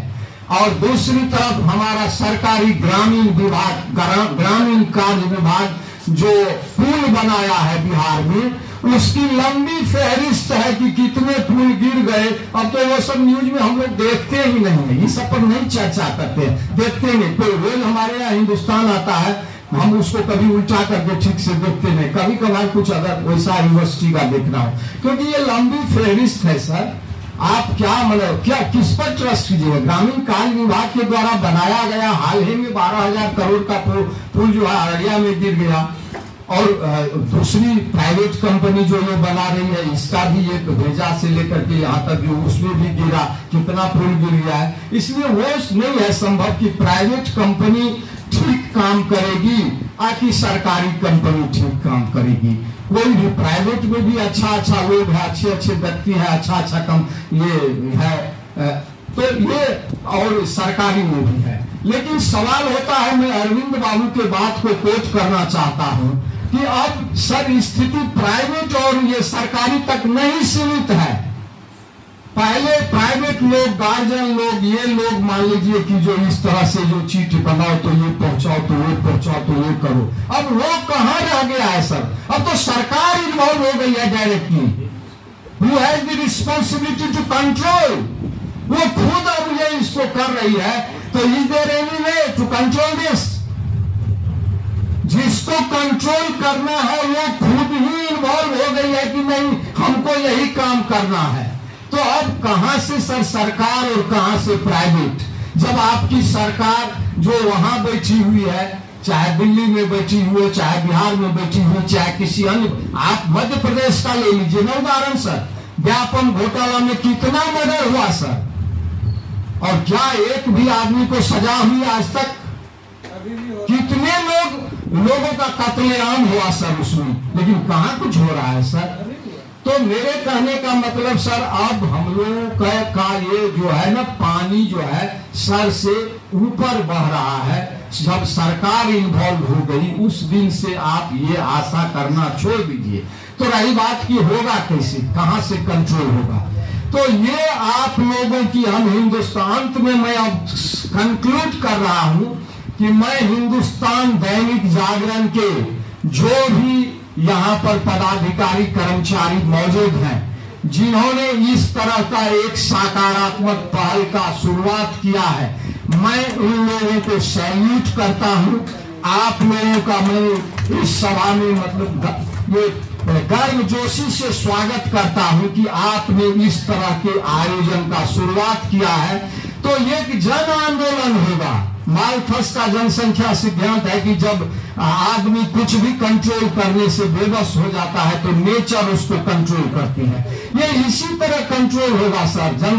ये एक समय आएगा जब आप इस तरह से जो कर रहे हैं, धीरे धीरे लोगों में, छात्रों में क्या हो रहा है सर, जो जिसके पिताजी को हम पढ़ाए हैं सर, उसको अगर मान लीजिए उसका बेटा को भी लेके आता है, खोज करके आता है हमारे नजदीक। मैं बहुत उतना समय नहीं लेना चाहता हूं सर, कि वो आता है कि केमिस्ट्री अगर पढ़ाना है चलिए वहां पढ़ाते हैं। तो मेरे कहने का मतलब है कि एक समय आएगा जो जिसका पिताजी पढ़ के अनएम्प्लॉयड होकर के वो रिटायर मनाथी समय बिता देगा, उसका बेटा भी हो जाएगा, तो अंततोगत्वा वो पोता को कहेगा कि रे बाबू ये रास्ता ठीक नहीं है हमारे। मैं लास्ट में एक छोटा सा उदाहरण देकर के इसको समाप्त कर रहा हूं कि मैं जब मैट्रिक का परीक्षा दे रहा था इस जनरल हाई स्कूल मुरलीगंज में, उस समय लाला सुरेंद्र हुआ करते थे यहाँ के सेंट्रल सुप्रीटेंडेंट में। तो पहला दिन ही हिंदी की परीक्षा थी और हमारे पिताजी हमको साथ में लेकर के उस फील्ड तक वहां तक दे आए। मैं बहुत छोटा बच्चा था, उस 74 की बात है। तो मैं चला गया परीक्षा हॉल, पीछे से एक मास्टर साहब दौड़ते हुए गए हमको, मैं उनको नहीं पहचानता था, वो दौड़ते हुए गए, अशोक अशोक अशोक ही कागज बेस्ट कंस्ट्रक्शन कंपनी है जिसको ये मेडिकल कॉलेज बनाने का गौरव भी प्राप्त है, और इस तरह के अनेकों। लार्सन एंड टुब्रो एक प्राइवेट कंस्ट्रक्शन कंपनी है, वो आज जहां जहां भी बनाती है, कंस्ट्रक्शन करती है, उसका मिसाल है पूरी दुनिया में, पूरी दुनिया में मिसाल है। और दूसरी तरफ हमारा सरकारी ग्रामीण विभाग, ग्रामीण कार्य विभाग जो पुल बनाया है बिहार में, उसकी लंबी फहरिस्त है कि कितने पुल गिर गए। अब तो वो सब न्यूज में हम लोग देखते ही नहीं है, इस सब पर नहीं चर्चा करते हैं, देखते नहीं। कोई रोज हमारे यहाँ हिंदुस्तान आता है, हम उसको कभी उल्टा करके ठीक से देखते नहीं, कभी कभार कुछ अगर वैसा यूनिवर्सिटी का देखना हो, क्योंकि ये लंबी फहरिस्त है सर। आप क्या मतलब क्या किस पर ट्रस्ट कीजिएगा? ग्रामीण कार्य विभाग के द्वारा बनाया गया हाल ही में 12,000 करोड़ का पुल जो है अररिया में गिर गया, और दूसरी प्राइवेट कंपनी जो ये बना रही है इसका भी ये भेजा से लेकर के यहाँ तक जो उसमें भी गिरा, कितना पुल गिर गया है। इसलिए वो नहीं है संभव कि प्राइवेट कंपनी ठीक काम करेगी आकि सरकारी कंपनी ठीक काम करेगी। कोई भी प्राइवेट में भी अच्छा लोग है, अच्छे व्यक्ति है, अच्छा कम ये है, तो ये और सरकारी में भी है। लेकिन सवाल होता है, मैं अरविंद बाबू के बात को कोट करना चाहता हूं कि अब सर स्थिति प्राइवेट और ये सरकारी तक नहीं सीमित है। पहले प्राइवेट लोग, गार्जियन लोग, ये लोग मान लीजिए कि जो इस तरह से जो चीट बनाओ तो ये पहुंचाओ, तो ये पहुंचाओ, तो ये करो। अब वो कहां रह गया है सर? अब तो सरकार इन्वॉल्व हो गई है directly. Who has the responsibility to control, वो खुद अब ये इसको कर रही है। तो is there any way to control this? जिसको कंट्रोल करना है वो खुद ही इन्वॉल्व हो गई है कि नहीं हमको यही काम करना है। तो अब कहां से सर सरकार और कहां से प्राइवेट? जब आपकी सरकार जो वहां बैठी हुई है, चाहे दिल्ली में बैठी हुई, चाहे बिहार में बैठी हुई, चाहे किसी अन्य, आप मध्य प्रदेश का ले लीजिए ना उदाहरण सर, व्यापम घोटाला में कितना मर्डर हुआ सर, और क्या एक भी आदमी को सजा हुई आज तक? कितने लोगों का कत्लेआम हुआ सर उसमें, लेकिन कहां कुछ हो रहा है सर। तो मेरे कहने का मतलब सर, अब हम लोगों का ये जो है ना, पानी जो है सर से ऊपर बह रहा है। जब सरकार इन्वॉल्व हो गई उस दिन से आप ये आशा करना छोड़ दीजिए। तो रही बात की होगा कैसे, कहां से कंट्रोल होगा, तो ये आप लोगों की हम हिंदुस्तान में, मैं अब कंक्लूड कर रहा हूं कि मैं हिंदुस्तान दैनिक जागरण के जो भी यहाँ पर पदाधिकारी कर्मचारी मौजूद हैं, जिन्होंने इस तरह का एक सकारात्मक पहल का शुरुआत किया है, मैं उन लोगों को सैल्यूट करता हूं। आप लोगों का मैं इस सभा में मतलब ये गर्मजोशी से स्वागत करता हूं कि आपने इस तरह के आयोजन का शुरुआत किया है। तो ये एक जन आंदोलन होगा। मालथस का जनसंख्या सिद्धांत है कि जब आदमी कुछ भी कंट्रोल करने से बेबस हो जाता है तो नेचर उसको कंट्रोल करती है। ये इसी तरह कंट्रोल होगा सर। ये एक समय आएगा जब आप इस तरह से जो कर रहे हैं, धीरे धीरे लोगों में, छात्रों में क्या हो रहा है सर, जो जिसके पिताजी को हम पढ़ाए हैं सर, उसको और मान लीजिए उसका बेटा को भी लेके आता है, खोज करके आता है हमारे नजदीक। मैं बहुत उतना समय नहीं लेना चाहता हूं सर, कि वो आता है कि केमिस्ट्री अगर पढ़ाना है चलिए वहां पढ़ाते हैं। तो मेरे कहने का मतलब है कि एक समय आएगा जो जिसका पिताजी पढ़ के अनएम्प्लॉयड होकर के वो रिटायर वाला थी समय बिता देगा, उसका बेटा भी हो जाएगा, तो अंततोगत्वा वो पोता को कहेगा कि रे बाबू ये रास्ता ठीक नहीं है हमारे। मैं लास्ट में एक छोटा सा उदाहरण देकर के इसको समाप्त कर रहा हूं कि मैं जब मैट्रिक का परीक्षा दे रहा था इस जनरल हाई स्कूल मुरलीगंज में, उस समय लाला सुरेंद्र हुआ करते थे यहाँ के सेंट्रल सुप्रीटेंडेंट। तो पहला दिन ही हिंदी की परीक्षा थी और हमारे पिताजी हमको साथ में लेकर के उस फील्ड तक वहां तक दे आए। मैं बहुत छोटा बच्चा था, उस 74 की बात है। तो मैं चला गया परीक्षा हॉल, पीछे से एक मास्टर साहब दौड़ते हुए गए हमको, मैं उनको नहीं पहचानता था, वो दौड़ते हुए गए, अशोक अशोक अशोक। रिश्ता में साला बोहले का रिश्ता था। हमारे पिता हमारे मामा जी के वो ससुराल के थे टीचर, जो हमारे ननिहाल में टीचर थे। तो वो हमारे पिताजी को बड़ाई में कहने लगे कि हम तो अशोक को एगो दे देंगे पन्ना फेर कर गंगा छवि के वर्ण में। तो पिताजी हमारे जो सुने तो इतना उनको डांटे, इतना डांटे, क्योंकि आप क्या कर दिया, जाइए जल्दी से दौड़ के। तो जब तक हम उधर सीट पर बैठेंगे, जैसे ही जा रहे थे बैठते, तब तक में पीछे से दौड़ते हुए हमको गए, एकदम हपसते हुए, पन्ना लाओ पन्ना। तो हम फिर पन्ना उनको दे दिए। हमको क्यों दिए, हम फिर हमसे क्यों मांग रहे, ये सब हम उतना समझते ही नहीं थे उस समय में। फिर उनको हम पन्ना दे दिए, लेकर के चले गए। जब हम परीक्षा दे करके आए तो तब हमको बाद में इन चीजों इस चीज की पता लगी। पिताजी का कहना था कि तुम एक्सपेल नहीं होना है, तुमको तुम फेल कर जाएगा, हमको ये ठीक लगेगा, एक्सपेल करेगा तो हमारी प्रतिष्ठा चली जाएगी। और उस समय में लाला सुरेंद्र साहब के बारे में हमसे ज्यादा आप लोग जानते होइएगा कि वो उनकी नजर जिस पर पड़ जाती थी, वो शायद साक्षात भगवान भी अगर परीक्षा दिए होते और वो भी चीट करते हुए उनको देख लेते तो वो नहीं छोड़ते उनको। तो इस तरह का मैं इसको इसीलिए कोट किया कि उस जमाने में गार्जियन ऐसे होते थे, अब ऐसे नहीं कि ले लो चलो चलो चलो इस तरह से, ऐसे नहीं। तो सब लोगों की रिस्पॉन्सिबिलिटी है सर, और ये जन आंदोलन से ही इस तरह से जब आप लोग करेंगे, शिक्षित लोगों में जब इस तरह का वो जागरूकता पैदा होगी तो स्वतः एक दिन जो है ये समाप्त होगा। ये इतना ज्यादा पराकाष्ठा पर पहुंच गया है कि अब आप किसी को नैतिकता के बल पर या इस बल पर कि ये सरकारी है गैर सरकारी है, शायद इसको आप कंट्रोल नहीं कर सकते हैं। अंत में पुनः इन्हीं चंद शब्दों के साथ मैं अपनी वाणी को विराम देता हूं और अंत में पुनः आप आयोजनकर्ता को बहुत बहुत धन्यवाद देता हूं। और हमें जो आप लोगों ने समय दिया, कम ही सोता है लेकिन मैं समझता हूं जो है वो लगता है कि हमारे एक एक श्रोता जो है सो 50 श्रोता के बराबर है। धीर को सुनाने की उतनी आवश्यकता नहीं है, गंभीर को सुनाने की आवश्यकता है। धन्यवाद। बोलना है इसमें क्या? नहीं बोलना नहीं, आपके लिए दिया। अच्छा, धन्यवाद। प्रभारी कुलपति महोदय प्रोफेसर अशोक कुमार यादव जी का हिंदुस्तान अखबार की तरफ से मैं उनके प्रति आभार व्यक्त करती हूँ कि सर ने 70 के दशक से अभी तक इस तरीके की जो परीक्षाओं में भ्रष्टाचार कहिए या जिस तरीके की चीजें हो रही हैं उसको लेके सर ने अपने सुविचार व्यक्त किए और हम लोग बहुत ही सर ने व्यंग्यात्मक तरीके से उनको सुनते हुए कई बार मुझे हरिशंकर परसाई जी की कहानियां याद आ रही थी कि जैसे वो रचना में लिखते हैं, व्यंग्य करते हैं। सर ने उसी अंदाज से बड़ी चुटीले अंदाज से सर ने बताया कि ये जो सिलसिला है वो कैसे शुरू हुआ और यहाँ तक कैसे पहुंचा। सर आपका बहुत बहुत धन्यवाद। अब मैं इस प्रोग्राम के इस कार्यक्रम के आखिरी कड़ी के रूप में हिंदुस्तान अखबार के श्री रूपेश कुमार रूप जी का रूपेश कुमार रूपक जी को मैं यहाँ बुलाना चाहती हूँ कि सर आप यहाँ आए और धन्यवाद ज्ञापित करें।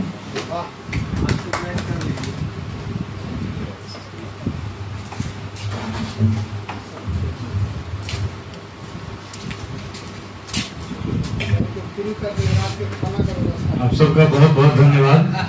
हिंदुस्तान अखबार के द्वारा आयोजित इस एक सकारात्मक कार्यक्रम जो संवाद हुआ आज, बहुत ही सार्थक संवाद था। आप सभी विद्वजनों ने जो अपनी अपनी बातें रखी वो बहुत ही अनुकरणीय है और निश्चित तौर पर एक सवाल मन में हमारे एक सवाल खड़ा करता है और मंथन जब करने पर हम लोग मजबूर होते हैं कि कैसे शुरू से चीजें खराब होती गई। मैं सर का बहुत आभारी हूँ।